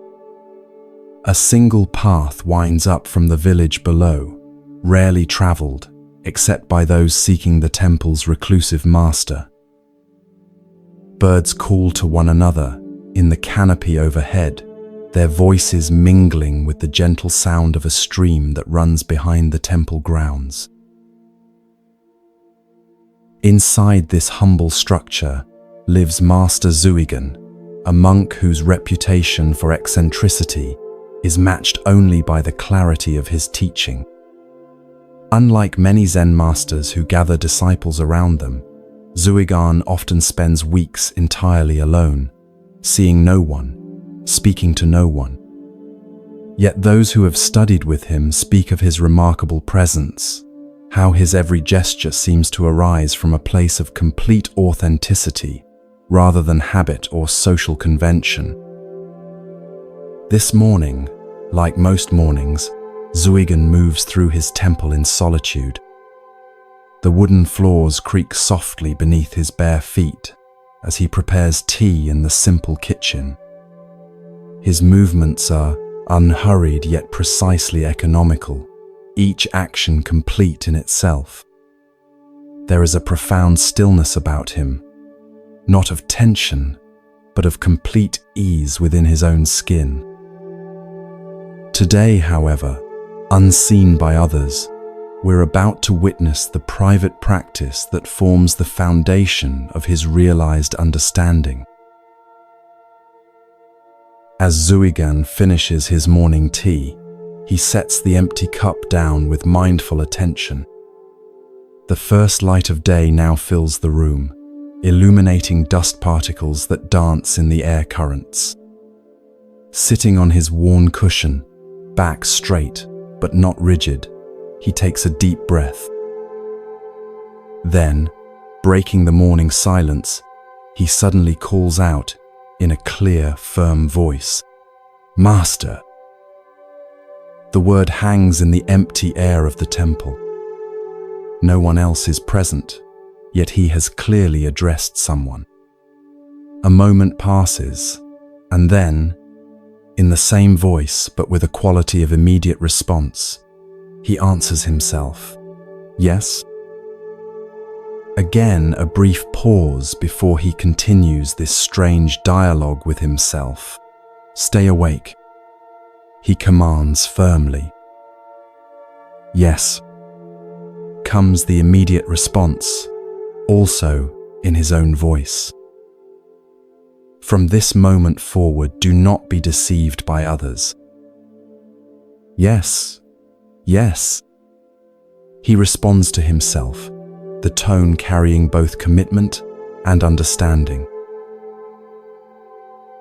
If anyone from the village below happened to be approaching the temple at this moment, they might wonder if Zuigan had visitors, or perhaps had lost his mind, talking to himself in different voices. But what appears as strangeness conceals profound wisdom, a direct, embodied practice addressing the very nature of mind and self. Day after day, Zuigan continues this practice in solitude. He calls to himself and answers himself, reminds himself, and confirms understanding to himself. No audience witnesses this dialogue. No students take notes on this technique. It is not performed for effect or admiration, but as an intimate technology of awakening. Each exchange emerges from and returns to the silence that pervades his simple temple. A young monk named Ganto once stayed at the temple for several weeks, hoping to understand Zuigan's teaching more deeply. One morning, rising earlier than usual, he accidentally overheard this self-dialogue through the thin paper walls. Initially confused, then fascinated, he listened as his teacher enacted this strange conversation day after day. When the time came for Ganto to leave, he bowed deeply to Zuigan at the temple gate. "Master," he said, "I have learned more from your example than from all the sutras I have studied. Your practice reveals the truth of non-dependence of mind." Zuigan smiled slightly, neither confirming nor denying that Ganto had overheard his private dialogue. "Remember," he said simply, "the true master is always present. Whether acknowledged or ignored, it never leaves you." With these words, he sent the young monk back into the world, carrying the seed of understanding that would eventually flower into Ganto's own awakening. This curious practice of Zuigan's illuminates something essential about the nature of mind and awakening. In calling himself master and then responding, he wasn't suffering from delusion but rather engaging directly with the different functions of consciousness that we all contain. His dialogue makes visible the internal processes that usually remain unconscious, bringing them into the light of awareness where they can be recognized, examined, and ultimately transcended. Consider your own experience right now. As you listen to these words, there's the part of you that hears and the part that knows you are hearing. There's the aspect of mind that might feel sleepy or comfortable, and another aspect that notices these feelings arising. We contain both the experiencing self and the witnessing presence, the one who lives through experiences and the one who remains aware throughout them all. Most of us remain identified exclusively with the experiencing self, the me that wants and fears, remembers and anticipates, judges and reacts. We become so entangled in our thoughts and emotions that we forget the witnessing presence that holds them all. Like someone watching a movie who becomes so absorbed in the story that they forget they're sitting in a theater, we mistake the content of consciousness for consciousness itself. Zuigan's practice cuts through this confusion with elegant simplicity. By calling to himself as master, he acknowledges the awakened nature, what Zen calls Buddha, nature, or original mind that exists prior to and independent of all passing thoughts, emotions, and circumstances. In responding to himself, he embodies the direct recognition of this nature. In commanding himself to stay awake and not be deceived, he activates the discrimination that distinguishes between essential nature and passing phenomena. The phrase non-dependence of mind points to the freedom that emerges from this recognition. Most of us live in constant dependence on external validation, circumstances, and conditions. We feel good when praised, bad when criticized, happy when things go our way, miserable when they don't. Our inner state rises and falls like a boat on ocean waves, entirely at the mercy of forces beyond our control. Zuigan's practice reveals another possibility, a mind that recognizes its own inherent stability and clarity, regardless of changing conditions. Not through denial or suppression of experience, but through clear seeing of what remains constant amidst all change. The master he calls to is not separate from himself, not an authority figure imposing rules from outside. It is his own Buddha nature, his original face, before his parents were born. In recognizing and responding to this nature directly, he discovers the ground of being that depends on nothing outside itself. This teaching speaks powerfully to our modern condition. We live surrounded by voices telling us who we should be, what we should want, how we should feel. Social media amplifies this chorus to deafening levels, constantly pulling our attention outward and reinforcing the belief that our worth depends entirely on external validation. We become so accustomed to these external voices that they seem to come from within, driving us toward endless seeking, comparison, and dissatisfaction. Zuigan's practice offers a radical alternative. What if the true authority, the real master, isn't found in others' opinions or society's standards, but in your own deepest nature? What if the wisdom you seek already exists within you, waiting only to be recognized and heeded? What if true freedom comes not from controlling the external world, but from recognizing what within you remains free, regardless of circumstances? As you continue to relax more deeply, imagine yourself in Zuigan's place, sitting in the morning light of that simple temple. Feel what it might be like to call out to your own deepest nature, not as something distant or separate, but as the very core of who you are. Sense the possibility of responding from that place of clarity, of recognizing the master who has been present all along, beneath the surface noise of your busy mind. This recognition doesn't require becoming someone different from who you are now. It doesn't demand special circumstances or years of training in a monastery. It asks only for honest attention to what is already here, the awareness that reads these words, that feels your breath moving, that remains present whether thoughts are turbulent or calm, whether emotions are pleasant or painful. This awareness, this knowing presence, depends on nothing outside itself. In everyday life, Zuigan's practice might look like pausing during a moment of stress to ask, who is feeling overwhelmed right now? Who knows this feeling is happening? It might mean noticing when you've become identified with a strong emotion and gently reminding yourself, stay awake. Don't be deceived.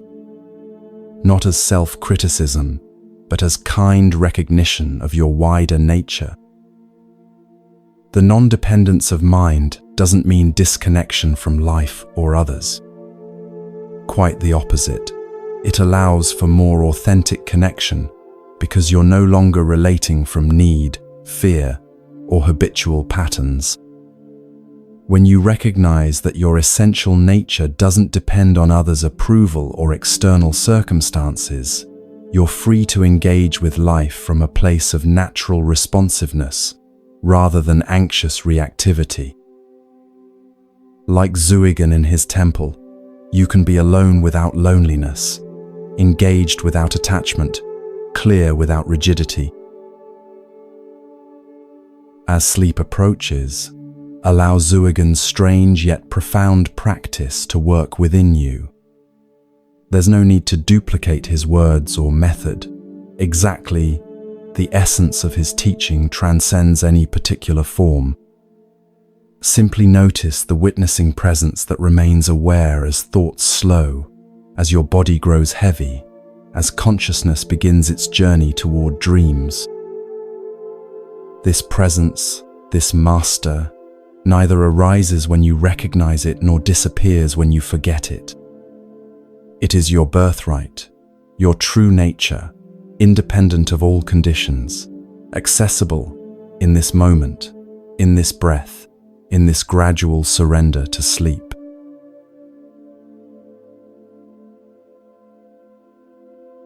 Non-dependence of mind, not as concept but as lived reality, offers freedom in the midst of whatever life brings. Like Zuigan calling and answering himself, in that mist-wrapped temple, you contain both the question and its resolution, both the seeker and what is sought. Rest in this understanding as you drift towards sleep, knowing that what you truly are depends on nothing outside itself, complete, whole, and free, even as consciousness dissolves into the dark waters of dreams.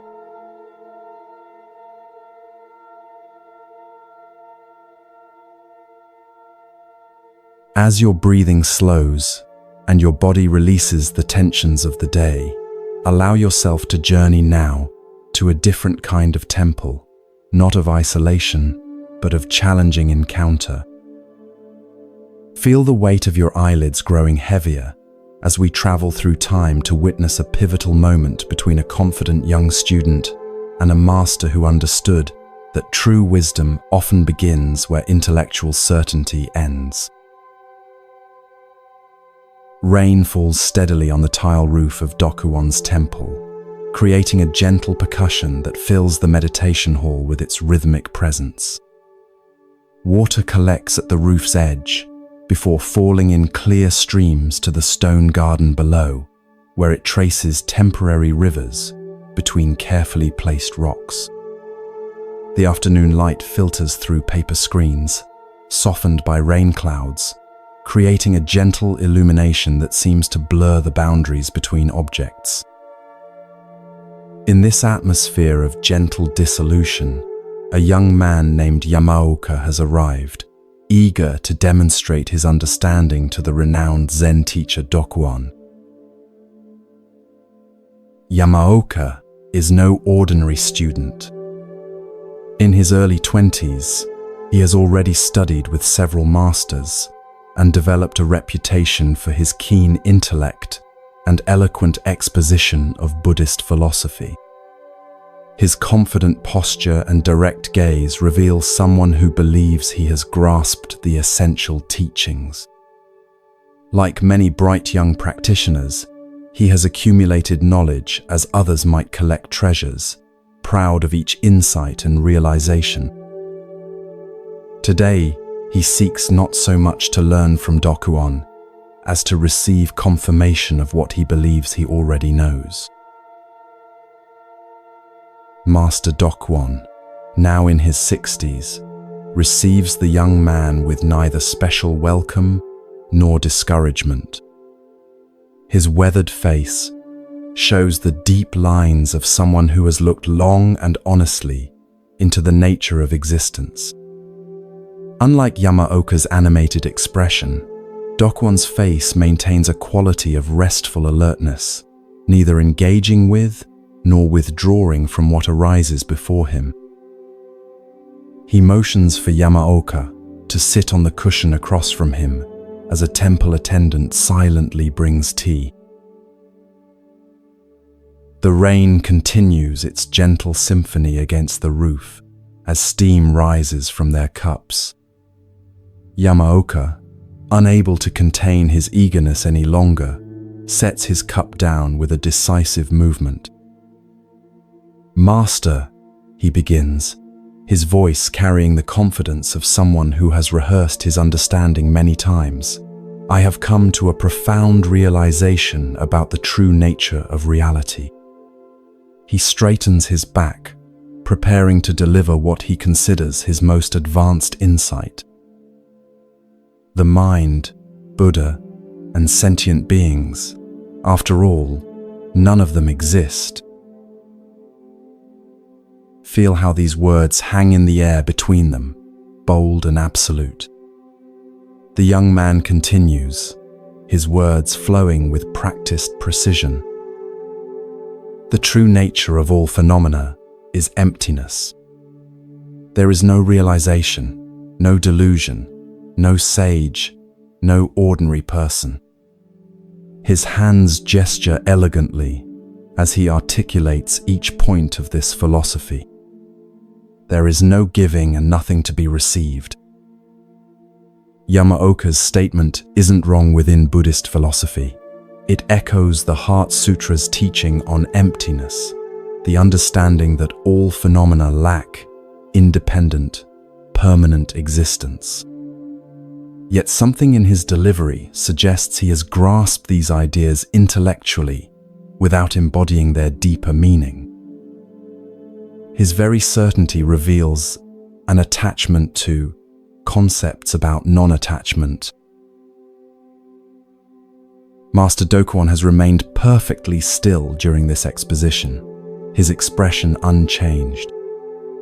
As Yamaoka finishes speaking, a slight smile appears at the corners of Dokuan's mouth, not mocking, but holding a quality of compassionate recognition, as if he has seen this particular misunderstanding many times before. Without speaking, he reaches for the bamboo pipe he occasionally smokes, its long stem resting nearby.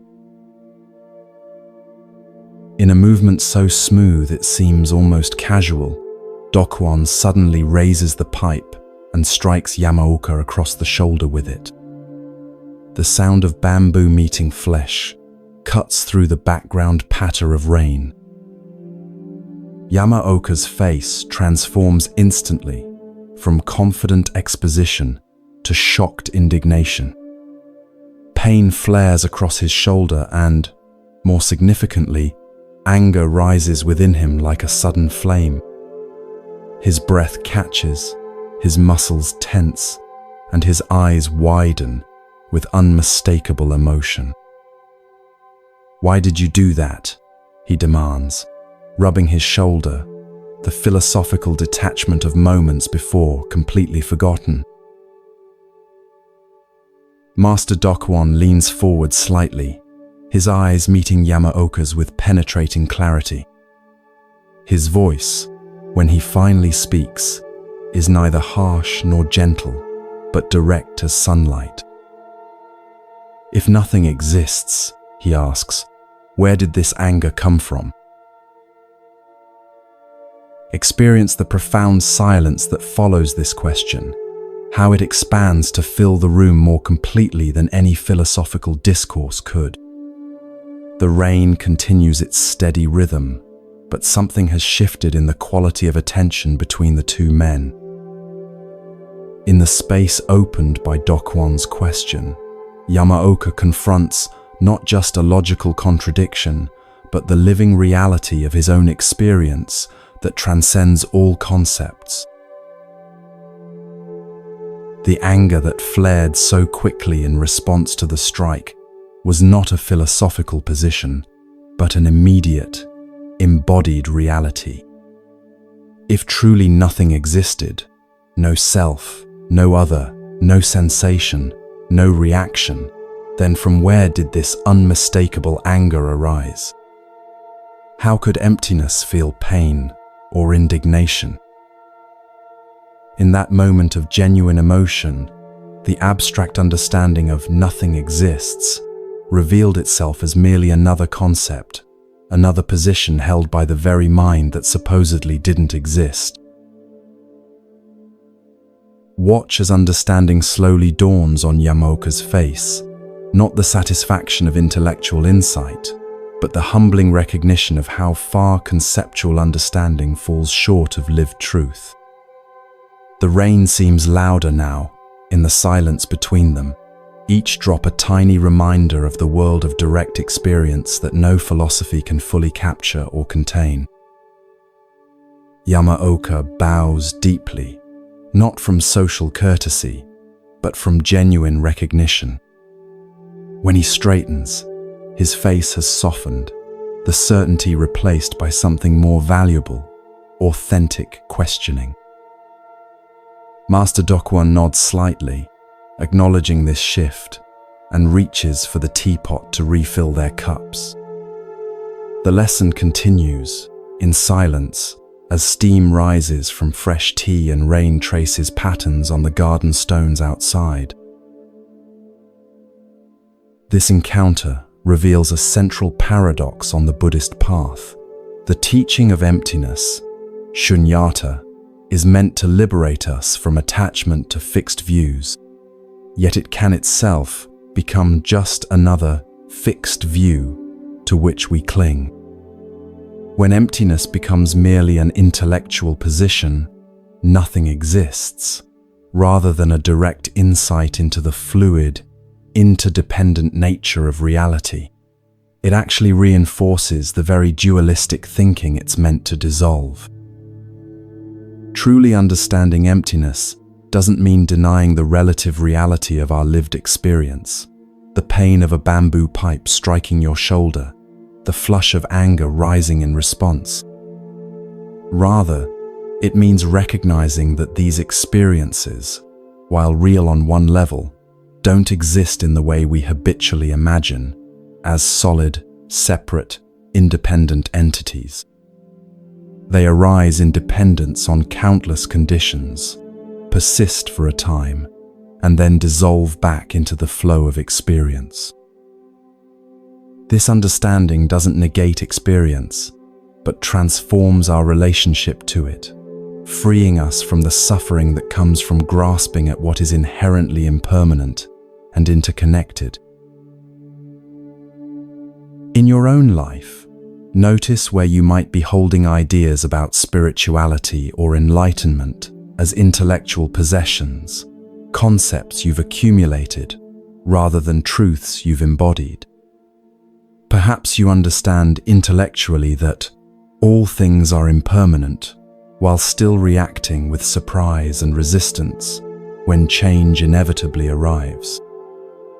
Maybe you've read extensively about non-attachment while still feeling the sting of loss when something valued disappears from your life.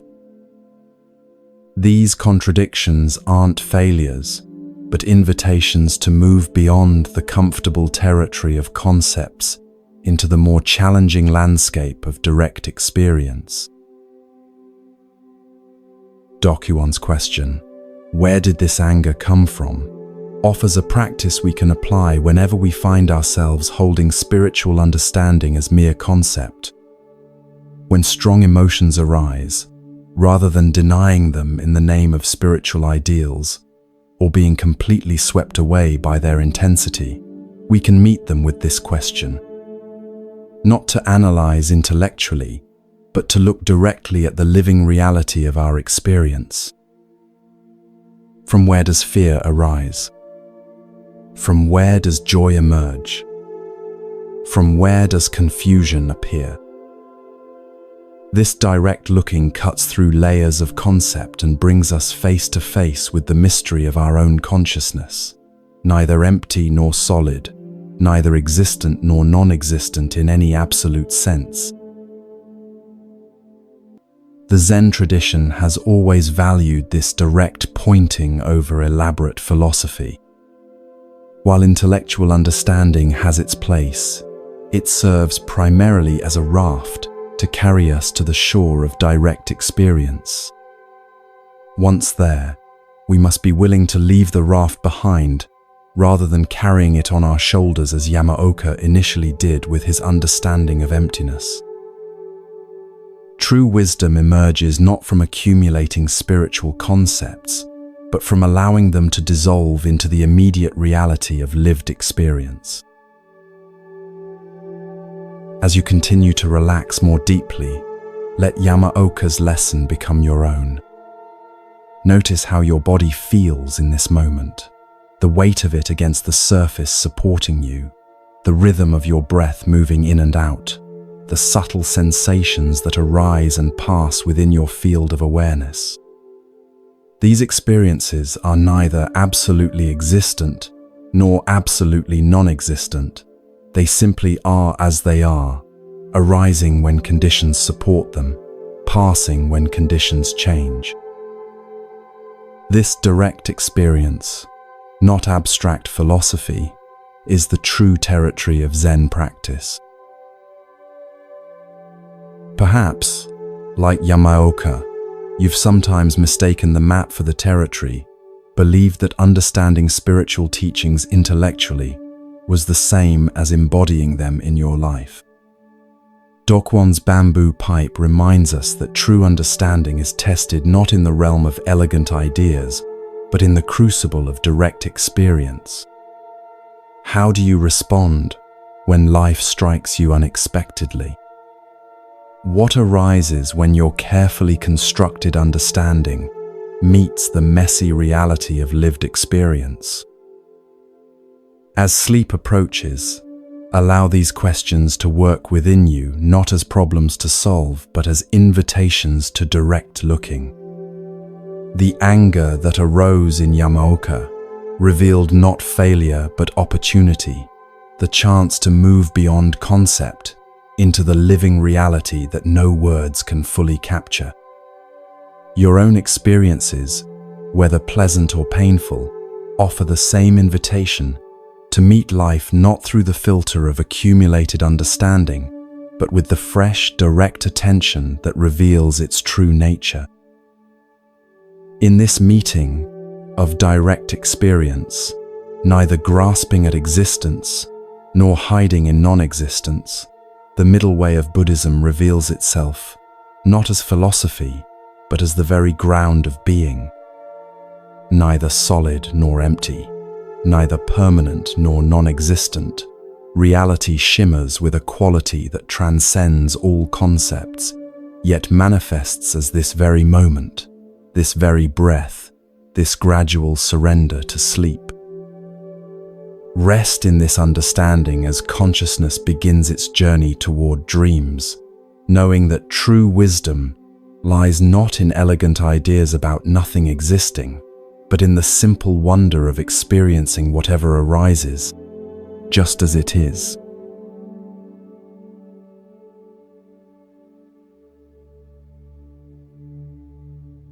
Your eyelids grow heavier with each breath as you journey deeper into relaxation. The boundary between wakefulness and dreams begins to blur, creating the perfect state to receive ancient wisdom. Tonight, travel with me to Imperial Japan, where we witness an unexpected moment of awakening, not in a Zen monastery, but in the streets of the capital city, where a great emperor discovers that true sovereignty begins with seeing what others overlook. The imperial procession winds through the central avenue of 8th century Kyoto. Feel the vibration of the ground beneath your feet as dozens of mounted guards in lacquered armor clear the way. Listen to the rhythmic beat of ceremonial drums and the haunting notes of bamboo flutes announcing the emperor's approach. The air carries the mingled scents of incense, horses, and the dust stirred up by hundreds of feet. Crowds line the streets, their excited whispers creating a constant murmur beneath the formal music.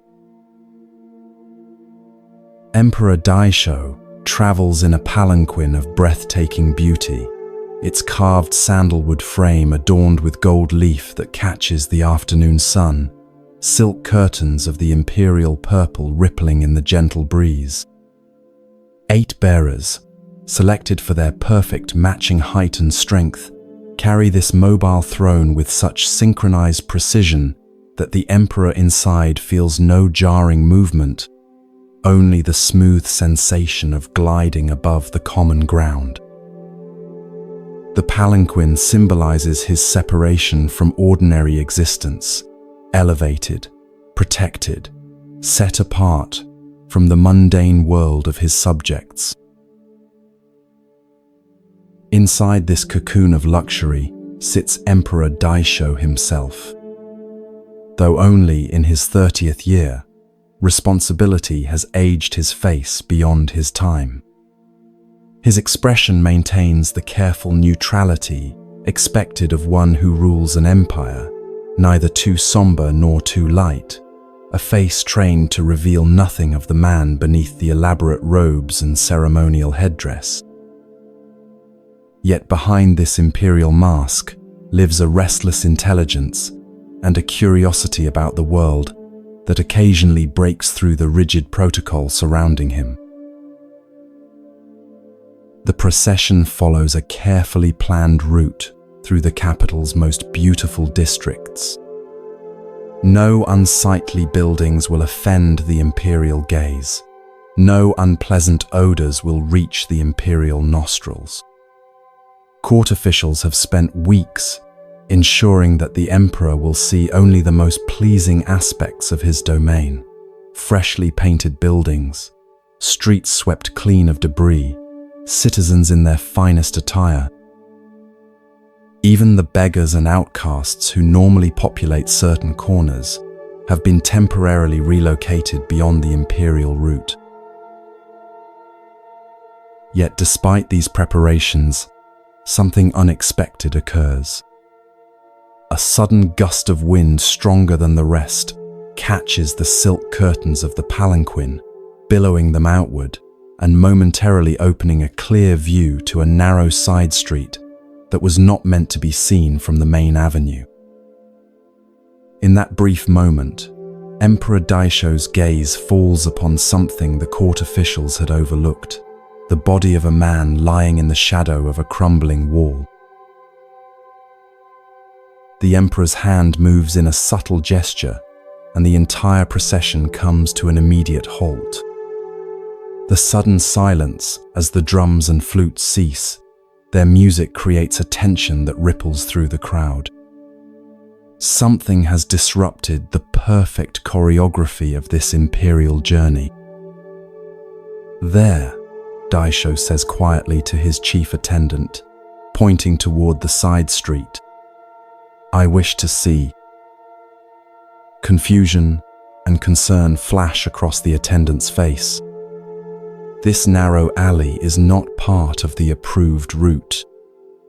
Nothing there has been prepared for imperial inspection. But no one refuses a direct request from the Emperor of Japan.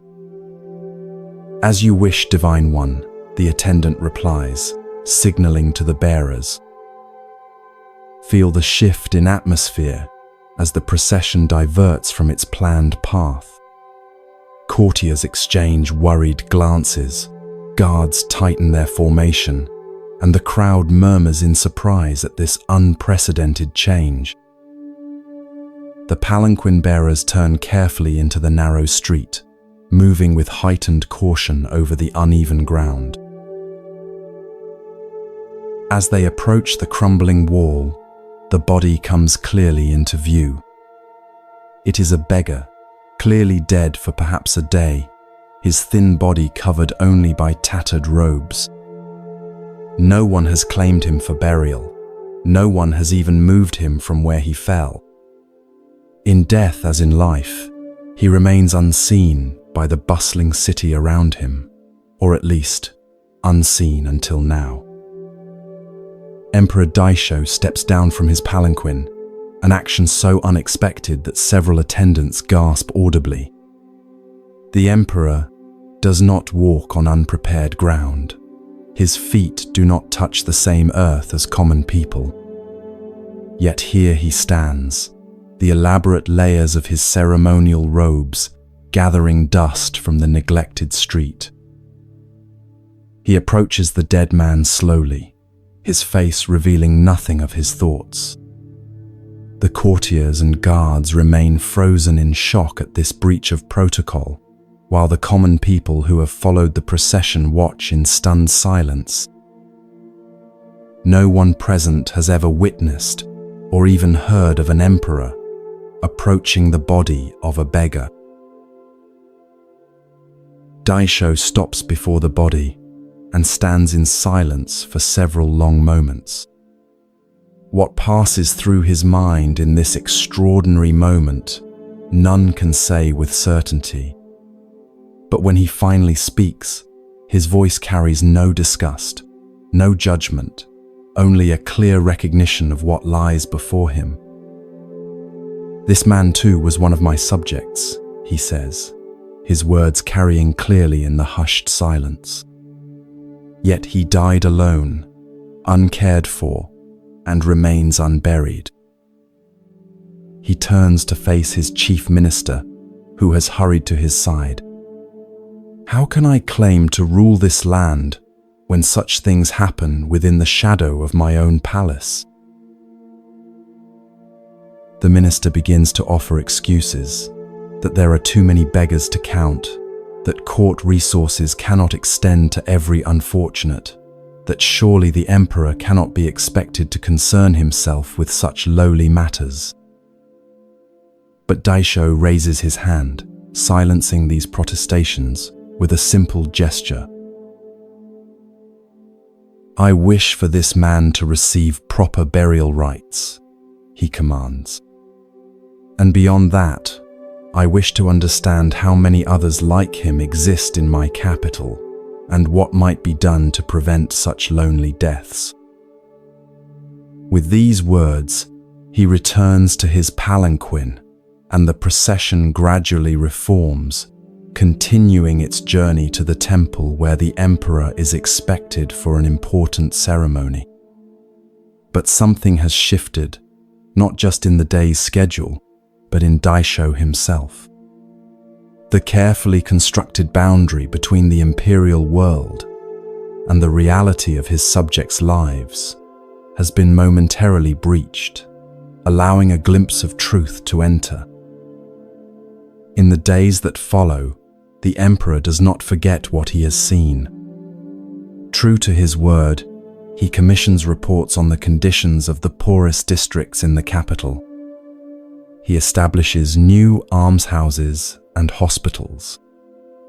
Most significantly, he begins occasionally traveling through the city in disguise, seeking to understand directly what life is like for those who live beyond the carefully curated views presented to him during official functions. These actions earn him the name by which later generations remember him, Daisho the Compassionate, the emperor who truly saw his people. At its heart, this story illuminates one of Buddhism's most essential teachings, the practice of clear seeing. In Zen, this is called kensho, seeing into one's true nature, but it begins with the simple yet profound act of noticing what is actually present, rather than what we expect or prefer to see. Emperor Daisho's moment of awakening came not through formal meditation or philosophical study, but through the direct, unfiltered perception of something his entire imperial system was designed to hide from view.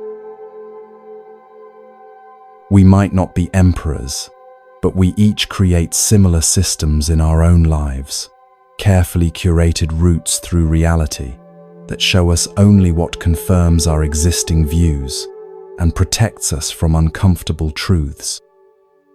We scroll past news that disturbs us, avoid neighborhoods that remind us of inequality, change the subject when conversation turns to suffering. Like Daisho's court officials, parts of our own minds work diligently to ensure we see only a pleasant, affirming version of reality.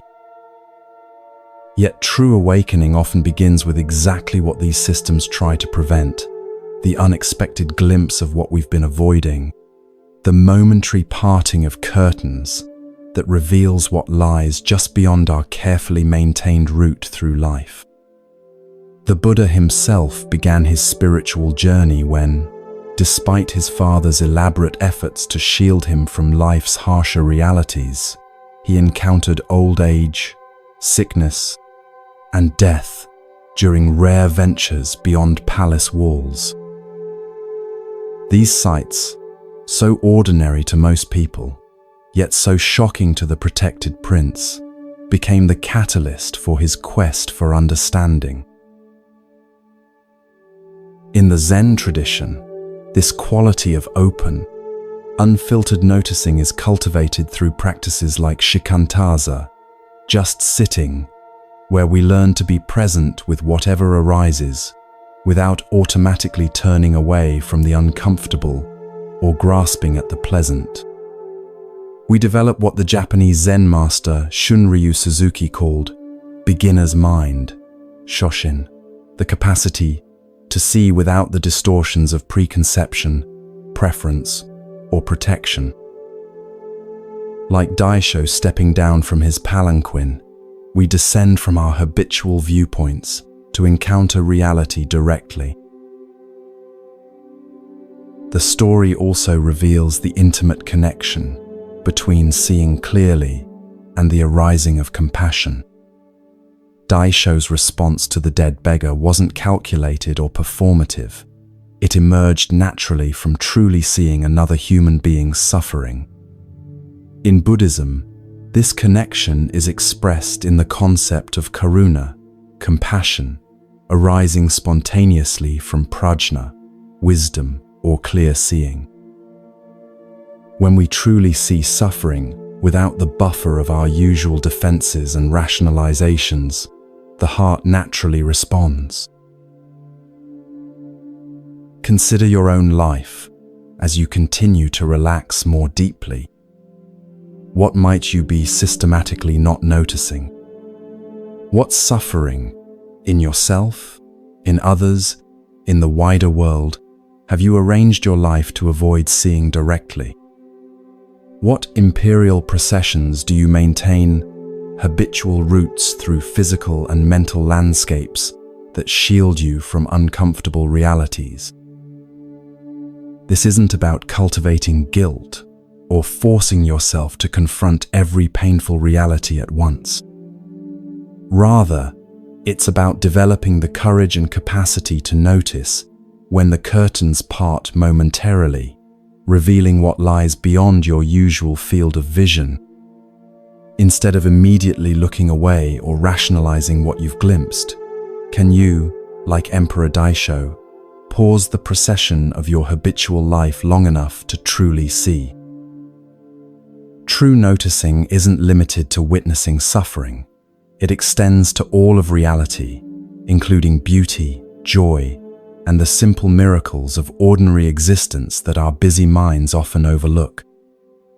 The practice is the same: pausing, attending, allowing reality to meet us directly, rather than through the filters of concept, judgment, or habit. In this way, noticing becomes not a burden but a path to greater aliveness and connection with the world as it actually is. As sleep approaches, imagine yourself stepping down from whatever palanquin has been carrying you through life: your status, your self-image, your carefully maintained worldview. Feel what it might be like to stand directly on the ground of reality, seeing clearly without the usual buffers and filters. Notice how the heart naturally responds when we meet life this way, not with judgment or aversion, but with the same compassionate recognition that moved Daisho to action. This, too, is part of my realm, we might say, of whatever we've been avoiding or overlooking. This too deserves my care and attention. In this simple yet profound act of noticing, we begin to awaken from the dream of separation and control that causes so much of our suffering. Like Daisho the Compassionate, we discover that true sovereignty begins not with protecting ourselves from reality, but with the courage to see it clearly, respond appropriately, and carry this seeing into action in the world.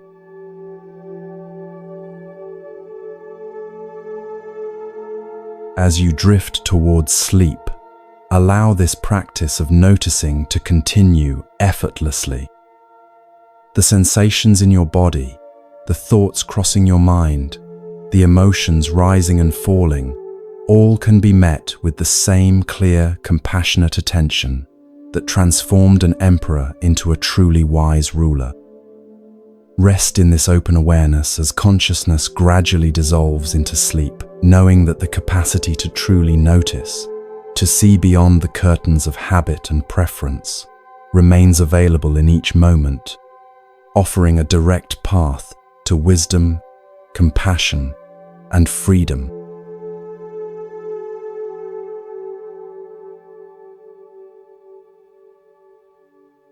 Allow your body to settle more deeply into relaxation as we journey now to ancient China, where the boundary between spiritual aspiration and genuine realization is about to be tested in fire. With each breath, feel yourself transported across time and space to a small village nestled between mist-covered mountains, where an unexpected teacher is about to deliver one of Zen's most searing lessons. The morning sun filters through bamboo groves, creating dappled patterns that shift with each gentle breeze.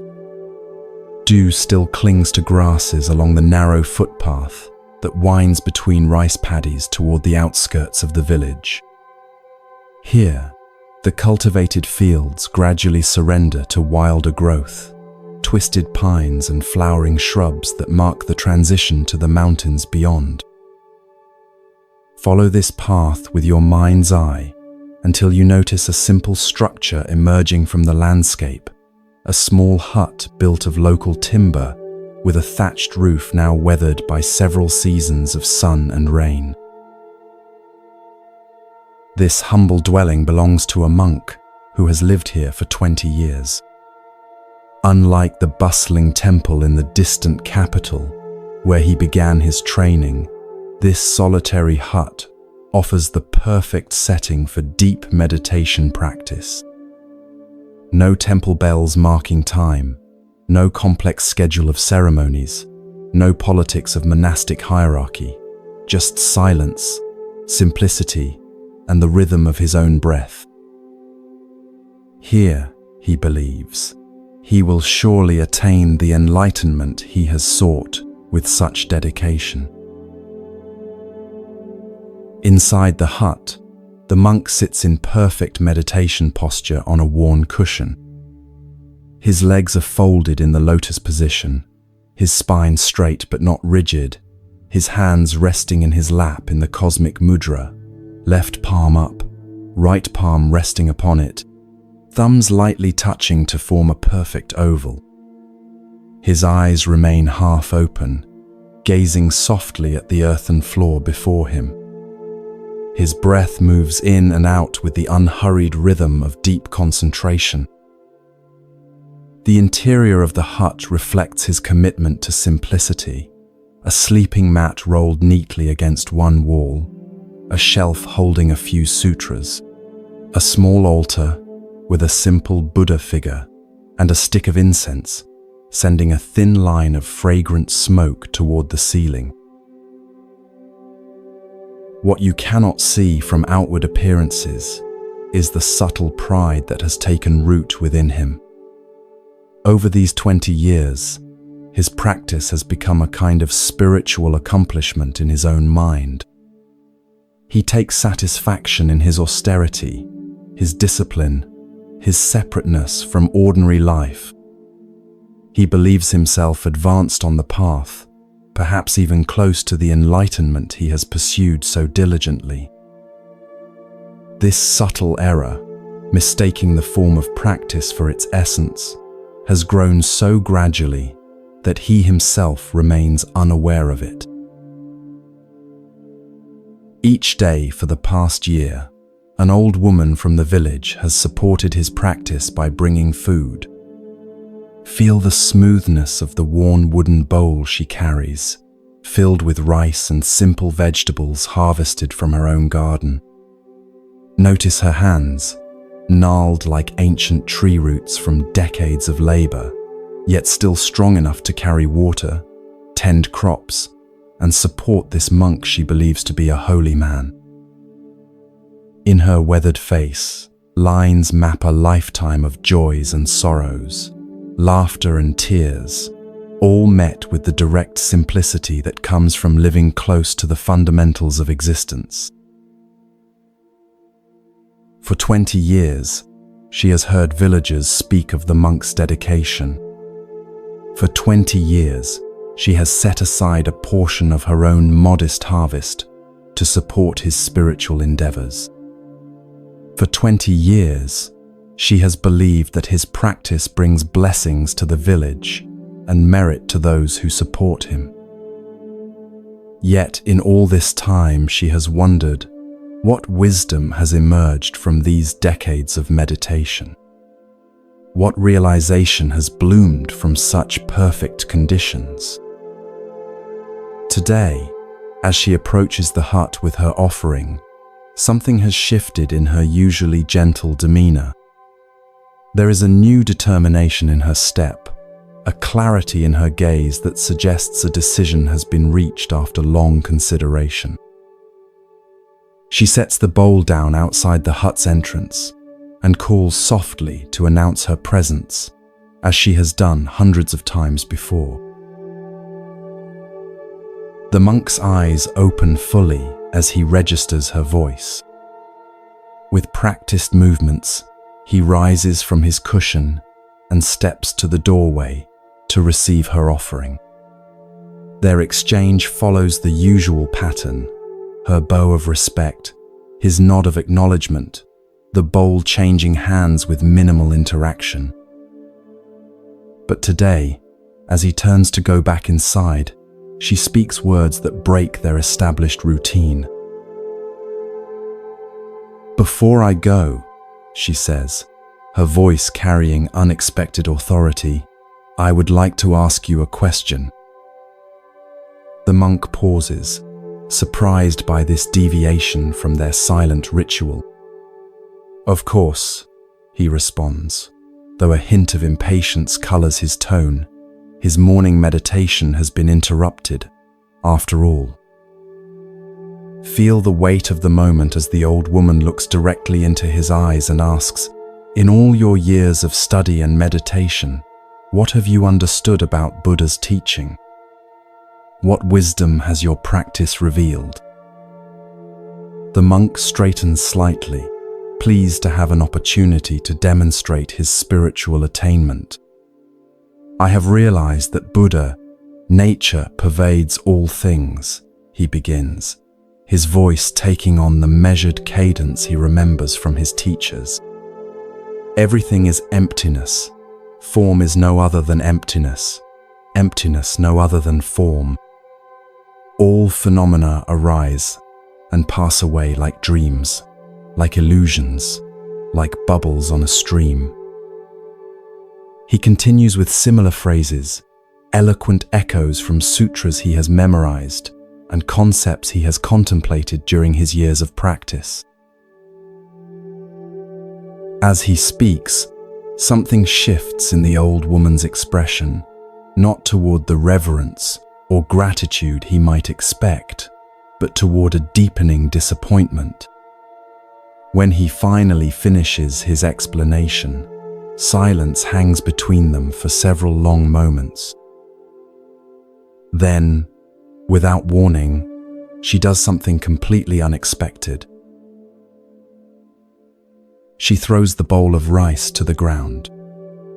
The ceramic shatters on the hard-packed earth, rice scattering like snow across the threshold of his hut. 20 years! She exclaims, her voice sharp with sudden anger. 20 years I have supported your practice, and you have nothing to show for it but dead words and borrowed ideas. She gestures toward the spilled rice, the broken bowl. This rice was alive until it was harvested. These vegetables grew from living soil. Even this bowl was shaped by hands that know what it means to create, rather than merely recite. The monk stands frozen in shock, unable to formulate a response to this unprecedented disruption of his carefully ordered existence. His face flushes with a mixture of embarrassment and indignation. Before he can gather himself to speak, the old woman turns and walks away, leaving him standing amid the scattered remnants of her offering. For the remainder of the day, the monk attempts to return to his meditation, but finds his concentration shattered. The old woman's words and actions have disturbed something fundamental in the structure of his practice. Doubt begins to seep into the cracks opened by her challenge. Has his practice been truly alive, or merely a perfect performance of spiritual forms? Has he been seeking wisdom or merely accumulating knowledge? These questions circle in his mind, like autumn leaves caught in a whirlwind, refusing to settle. As evening approaches, he notices the old woman returning along the path from the village. Perhaps she has reconsidered her outburst, he thinks. Perhaps she has come to apologize and restore the harmonious arrangement they have maintained for so long. But as she draws nearer, he sees something alarming in her hands. Not a bowl of food, but a burning torch. Feel the sudden acceleration of the monk's heartbeat as he realizes her intention. He rushes from the hut, arms outstretched in protest. "What are you doing?" he cries. "This hut is all I have." The old woman's face shows neither anger nor malice now, but a calm determination tempered with compassion. "If your understanding were real," she says quietly, "you would know that nothing of value can be taken from you." She steps forward, torch extended toward the thatched roof that has sheltered his meditation for 20 years. "If your realization were genuine, you would understand that this hut is no more permanent than the morning dew, no more substantial than the mist on the mountains."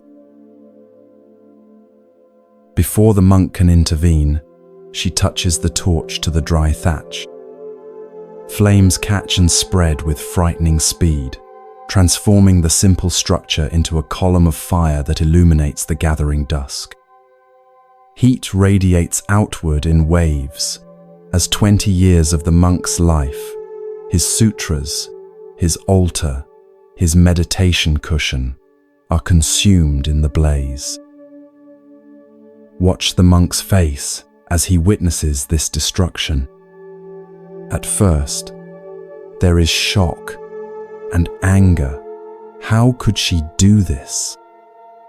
By what right does she destroy what he has built with such care?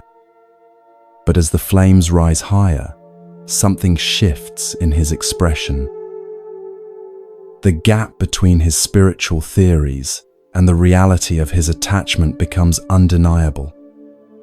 The emptiness he has discussed so eloquently is now a direct, lived experience as his possessions and identity literally turn to ash before his eyes.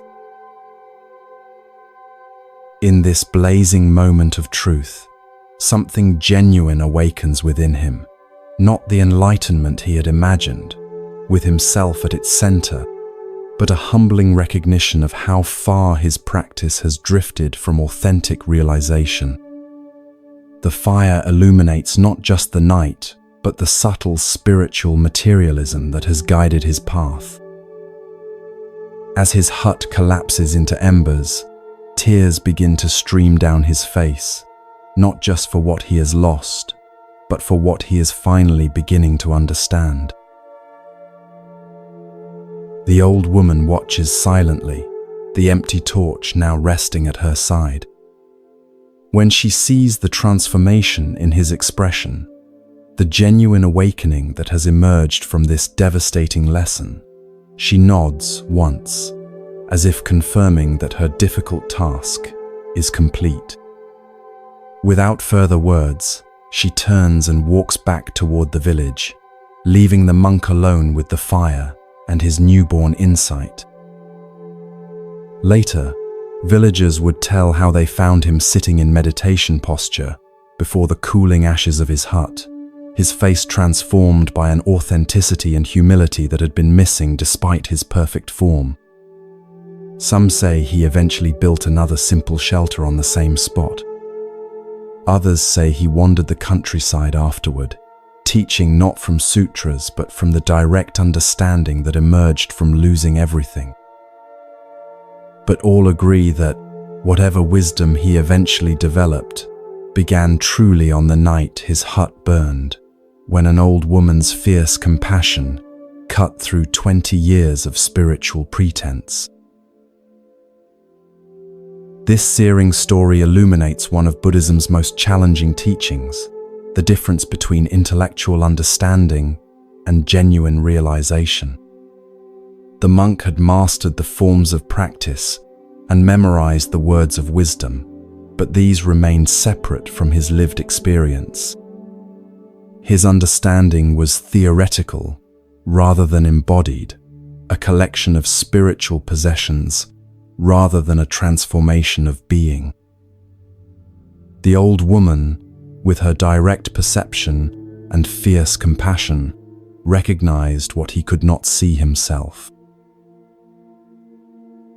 In the Zen tradition, this difference is expressed in the distinction between shikaku, intellectual understanding, and taken, embodied realization. Shikaku can be accumulated through study and practice, but it remains a kind of spiritual wealth that actually reinforces the separate self it claims to transcend. Taiken emerges only when this accumulated understanding is challenged, disrupted, or even destroyed, creating space for direct experience beyond concept. The burning hut symbolizes this necessary destruction of spiritual materialism that often precedes authentic awakening. The old woman's actions might seem extreme, even cruel, to modern sensibilities. Yet they embody what Zen calls compassionate means, hoben, actions that appear harsh on the surface but arise from genuine concern for another's liberation. Like a surgeon who causes pain while removing a tumor, she recognized that the monk's spiritual pride had become an obstacle that gentle correction could not penetrate. Her seemingly destructive act created the conditions for his genuine awakening, much as a forest fire, while devastating in the moment, clears the ground for new growth that couldn't otherwise emerge. As you continue to relax more deeply, consider where in your own life you might have accumulated understanding without embodiment. Perhaps there are spiritual or philosophical ideas you can articulate perfectly, yet struggle to live authentically.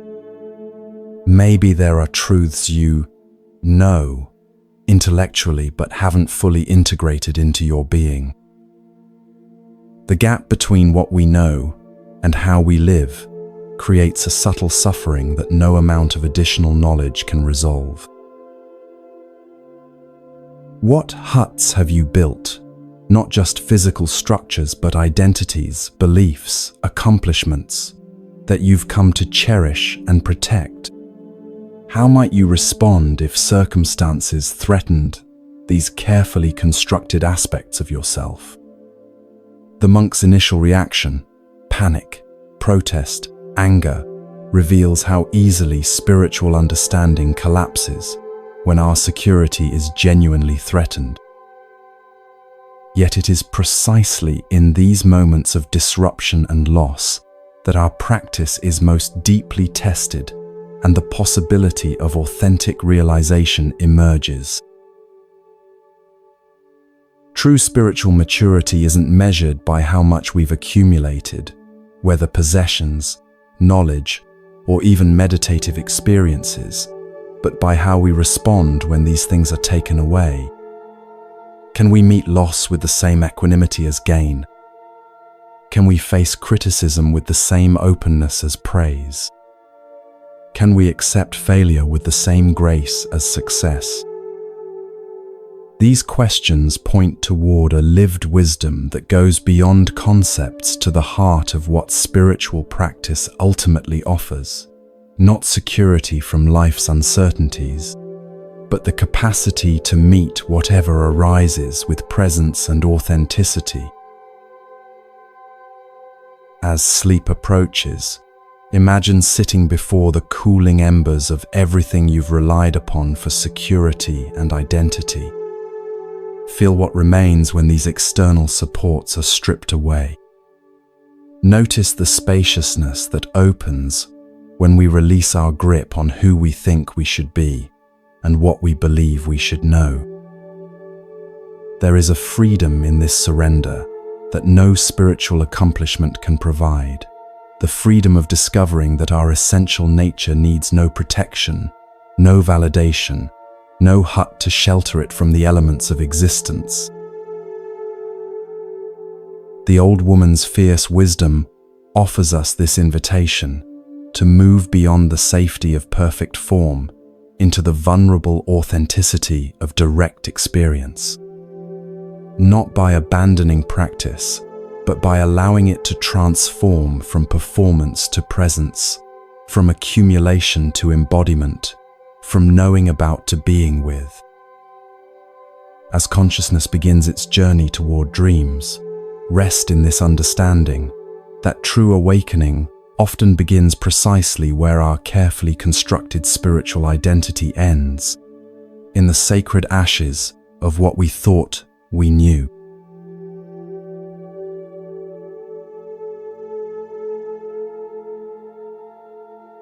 Let the weight of your body surrender completely to the surface, supporting you as we journey to the final story of our night's exploration. Each breath draws you deeper into relaxation. Each heartbeat carries you further from daily concerns toward a twilight realm where ancient wisdom speaks directly to your innermost being. Travel with me now to late 19th century Japan, where two very different men are about to discover the true source of lasting wealth. Autumn paints the maple trees surrounding Engakuji Temple in brilliant crimson and gold. Their leaves drift lazily to the ground, creating a natural carpet that whispers beneath the feet of visitors approaching the temple gates. The air carries the sweet, sharp scent of fallen leaves, mingling with incense from the meditation hall. In the distance, the bronze temple bell sends its deep resonance across the valley, calling monks to afternoon practice. Each detail of this scene feels heightened, as if nature itself is preparing a setting for the significant encounter about to unfold. Through this autumn splendor walks a man whose presence seems at odds with the temple's simple aesthetic. Feel the weight of fine silk in his kimono. See how sunlight catches the gold threads woven into his outer robe. His hands, soft and uncalloused, betray a lifetime of privilege, hands that have never drawn water from a well or harvested rice from paddies. His posture carries the confident bearing of someone accustomed to deference, yet today there is tension in his shoulders, a subtle furrow between his brows. This is Tanaka, one of Japan's wealthiest merchants, a man who has built an empire of silk and shipping that stretches from Hokkaido to Kyushu. Despite his material success, something has drawn Tanaka to this temple today. Not religious devotion or spiritual curiosity, but a persistent emptiness that his growing fortune has somehow failed to fill. With each business triumph, with each acquisition of property or art or influence, the satisfaction he expected has proven increasingly fleeting. Sleep eludes him more frequently now. Anxiety about protecting his wealth has become his constant companion. Even his family has noticed the change, how his mind seems always elsewhere, how joy seldom lights his eyes even amid luxury and accomplishment. This private suffering has led him to seek out the abbot of Engaku-ji, Master Soen Shaku, a teacher whose reputation for wisdom has spread far beyond temple walls, to reach even the busy merchant districts of Tokyo. Tanaka has heard that this Zen master offers insights that penetrate to the heart of human experience, cutting through confusion with the precision of a master swordsmith's blade. Though skeptical of priests in general, whom he often considers parasites living off the donations of the productive, Tanaka has reached a point where his desperation outweighs his prejudice. As he passes through the temple gate, notice how his pace slows involuntarily. The temple's atmosphere, its profound silence punctuated only by natural sounds, its ordered simplicity, its sense of timelessness, affects him physically before his mind can armor itself with judgment. For a moment, the constant internal chatter of profit calculations and competitive strategies falls quiet, replaced by a strange, almost uncomfortable awareness of his own breathing, his own heartbeat. This momentary silence within himself is perhaps the first gift of Engaku-ji, offered before he even meets its teacher. A young monk guides Tanaka through the temple grounds toward the abbot's modest quarters. Feel the smooth wooden planks of the covered walkway beneath your feet. Notice how they have been polished by countless footsteps over generations. Breathe in the subtle fragrance of aged wood and tatami that permeates these spaces. Each element of the environment speaks of care, attention, and the accumulation of mindful presence rather than material wealth. For Tanaka, accustomed to equating value with costliness, the dignified poverty of these surroundings is both foreign and faintly disturbing. The monk slides open a simple wooden door and gestures for Tanaka to enter. The room beyond is small and sparsely furnished, a worn cushion on the floor, a low writing desk, shelves holding a few scrolls and books. The only decoration is a single calligraphy scroll hanging in the tokonoma alcove, its bold black brushstrokes spelling out a phrase Tanaka cannot immediately decipher. Near the desk kneels a middle-aged man, dressed in the plain black robes of a Zen priest, seemingly absorbed in writing. This is Master Soen Shaku, the first Zen teacher who would later travel to America and introduce these ancient teachings to the Western world. Though not physically imposing, something in his presence fills the small room, not with dominance, but with complete attentiveness. When he looks up at his visitor, his gaze carries neither judgment nor eagerness to impress, just a clear, direct seeing that seems to penetrate beyond Tanaka's carefully maintained facade. Tanaka bows with precisely the degree of respect appropriate when a wealthy patron addresses a religious figure, polite but not subservient. Soen Shaku returns the bow with natural dignity, then gestures to the cushion opposite his own. No unnecessary words are exchanged, no small talk about the beautiful autumn day or Tanaka's journey to the temple. The merchant appreciates this efficiency, so similar to his own business dealings, though he doesn't yet recognize it as the Zen quality of directness rather than social expediency. Once seated, Tanaka clears his throat slightly. Though accustomed to dominating conversations, something about this simple room and this quiet man makes his usual approach feel suddenly inappropriate.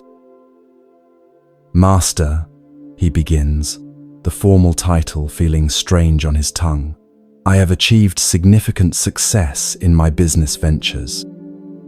My warehouses are filled with goods. My ships travel to distant ports.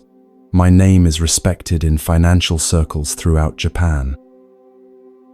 He pauses, unexpectedly uncomfortable with this recitation of accomplishments that in other contexts would establish his importance. Soen Shaku remains silent, neither impressed nor dismissive, simply present with complete attention. This quality of listening, not waiting for his turn to speak, not mentally formulating responses, but truly receiving another's words, is unfamiliar to Tanaka, who is accustomed to people either fawning over his success or envying it. Despite this success, Tanaka continues, his voice lowering slightly as he approaches the real purpose of his visit, "I find myself unsatisfied, restless. Each achievement brings only momentary contentment before anxiety returns." A vulnerability he hadn't intended creeps into his voice. "I had believed that once I accumulated sufficient wealth, a sense of security and peace would naturally follow. Yet the opposite seems to be occurring. The more I possess, the more I fear losing it." He straightens his posture, reasserting his dignity. "I've heard that Zen teachings offer insights into finding peace of mind and contentment. I'm willing to make a substantial donation to your temple in exchange for such teachings." The familiar territory of transaction, payment for services, helps him regain his footing in what has begun to feel like uncertain ground. Master Soen Shaku receives these words with the same attentive presence, neither leaning toward the offer of donation nor away from it. After a moment of silence that seems to expand beyond its actual duration, he responds, his voice carrying neither judgment nor eagerness to convince. "The dissatisfaction you describe is not unique to you or to the wealthy," he says. "It is the human condition to seek happiness through acquisition of possessions, status, relationships, even spiritual attainments. Yet this approach inevitably fails because it is based on a fundamental misunderstanding." Tanaka's expression reveals a mixture of interest and slight offense. He isn't accustomed to having his worldview described as a misunderstanding. Yet something in the teacher's direct simplicity prevents him from dismissing these words outright. "What misunderstanding?" he asks, genuine curiosity temporarily overriding his usual certainty. Soen Shaku rises in a single fluid movement and walks to the small window overlooking the temple garden. He gestures for Tanaka to join him there. Feel the coolness of the wooden window frame beneath your fingers as you look out with them at the carefully raked white gravel, the moss-covered stones, the single maple tree whose red leaves seem to glow from within when touched by sunlight. "What do you see?" asks the teacher. Tanaka studies the garden, trying to discern what response might be expected. A well-maintained garden, he answers finally. Simple but harmonious in design. And its purpose, continues Soen Shaku. Decoration. A place for contemplation, Tanaka offers, increasingly uncertain about the direction of this exchange. The teacher smiles slightly. This garden contains nothing that is not already present in any patch of wilderness, stones, plants, earth, space. Its beauty emerges not from adding precious elements, but from arrangement and removal, revealing what is essential by clearing away what is not. He turns to face Tanaka directly. The peace you seek works the same way. It comes not from adding more possessions to your life, but from discovering the treasure that already exists within you, naturally. Tanaka's brow furrows. What treasure within? I don't understand. Instead of explaining further, Soen Shaku returns to his cushion and gestures for Tanaka to resume his place opposite. Once they are seated, the teacher asks a question that seems to come from an entirely different conversation. Tell me, when you were a child, before you owned your first warehouse or sailing ship, were there moments of complete contentment? Times when nothing was lacking, when presence itself was enough? The unexpected question bypasses Tanaka's intellectual defenses, opening a door to memories long overlooked. His expression softens as he remembers, lying in summer grass, watching clouds transform overhead, the perfect satisfaction of biting into a sun-warmed persimmon just picked from the tree, the uncomplicated joy of being praised by his grandfather for a well-completed task. These memories carry a vivid immediacy that contrasts sharply with the dull anxiety that has become his constant companion. Yes, he admits quietly, there were such moments. And what has changed since then? Asks Soen Shaku. Is it the external circumstances of your life, or something within yourself?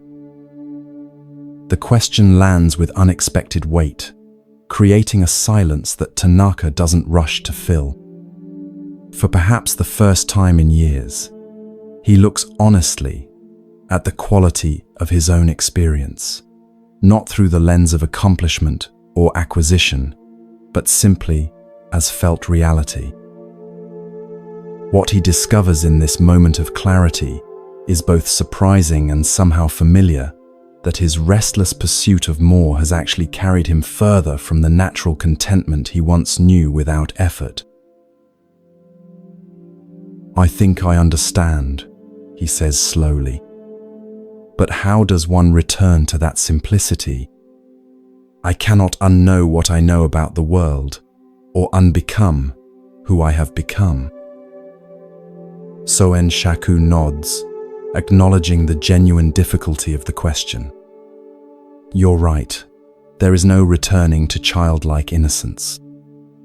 But there is a maturity beyond sophistication, a simplicity beyond complexity. It begins with recognizing that what you seek is not located where you have been looking. He gestures toward the calligraphy scroll hanging in the alcove. Do you know what those characters say? Tanaka studies the bold brushstrokes. I'm afraid I don't recognize them. They say, open your own treasure house. Soen Shaku's voice carries neither command nor persuasion, just the clear presentation of what is. Not my treasure house, not the Buddha's treasure house, but your own. It has never been locked, never been empty. You have simply been facing away from the entrance, looking elsewhere for what already belongs to you. Feel how these words resonate not just in Tanaka's understanding, but in his body, a subtle release of tension, a remembering of what has always been present beneath the surface of his striving. This is not a new acquisition of knowledge, but a recognition of something so close that he has overlooked it throughout his pursuit of distant treasures. "How do I open this treasure house?" he asks, genuine humility replacing his usual commercial approach of negotiating for advantage. "Begin by stopping," says Suen Shaku simply. "Stop believing that contentment lies in the next acquisition, the next achievement, the next anything outside yourself.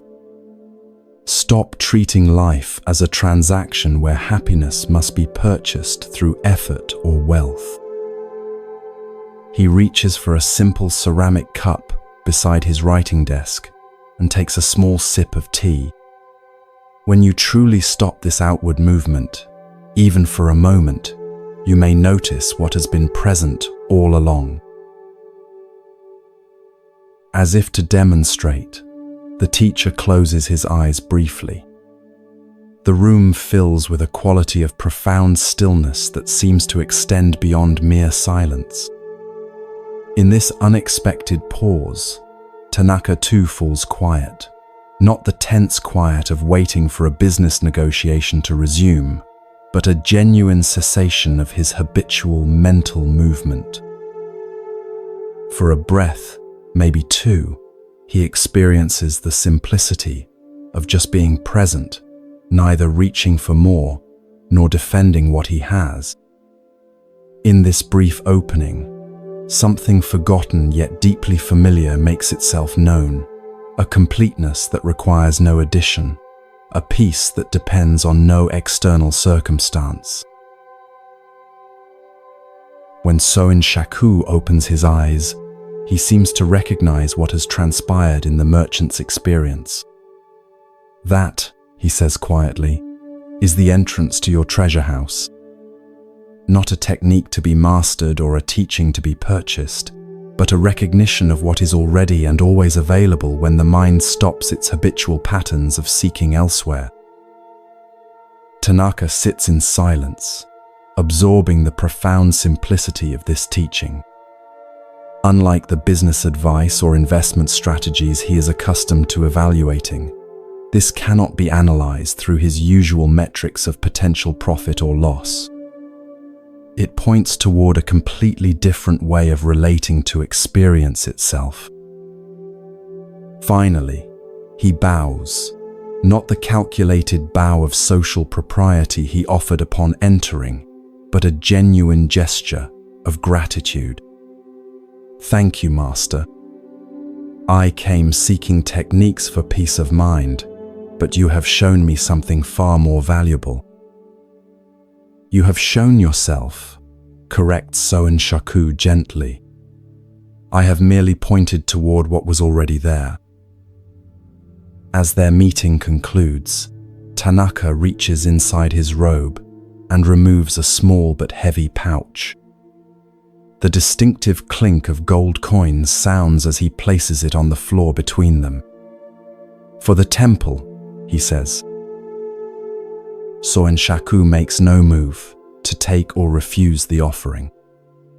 "The teaching I've shared cannot be purchased," he says, "but your generosity toward the temple is welcome if it comes from the treasure house we've discussed, rather than from obligation or attempt to acquire merit." His eyes meet Tanaka's with clear discernment. "Only you can know the source of your giving." Something shifts in Tanaka's expression as he recognizes the choice before him to treat even this donation as a transaction, a spiritual purchase, or to allow it to flow from the natural generosity that emerges when we recognize our inherent completeness.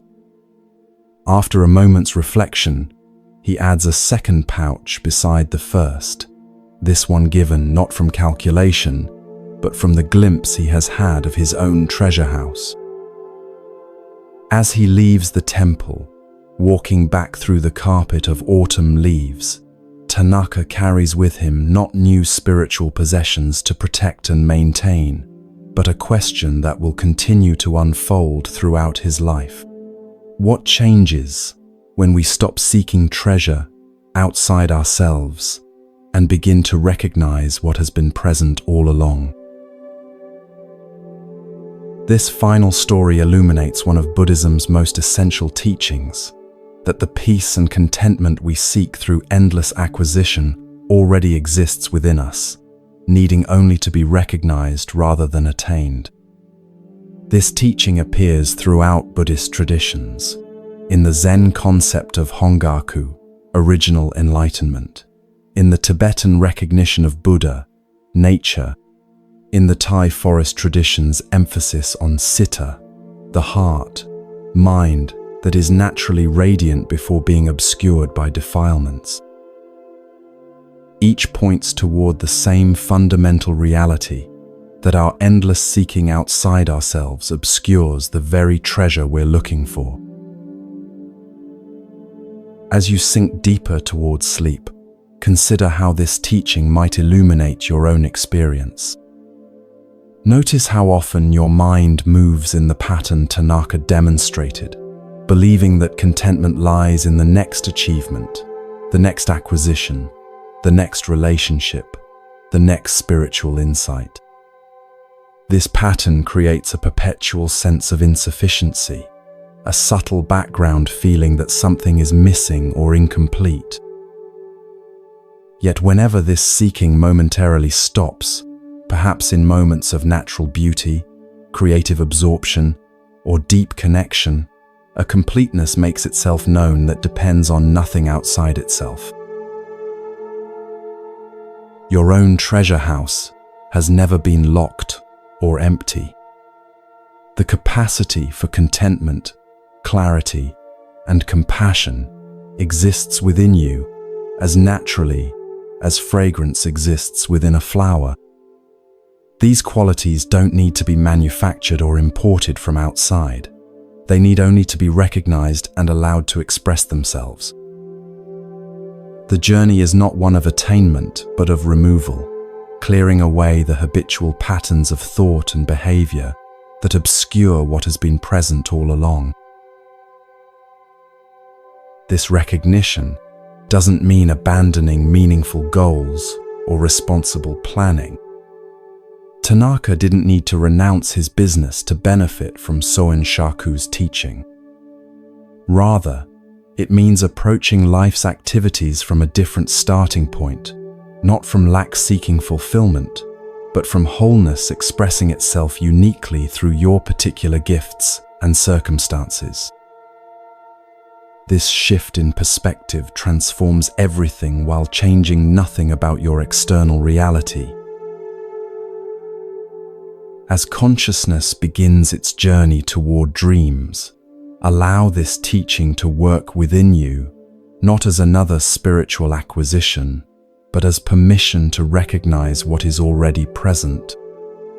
Feel the natural completeness that exists in this very moment, not dependent on circumstances being different, not waiting for some future achievement, but available now in the simple miracle of awareness itself.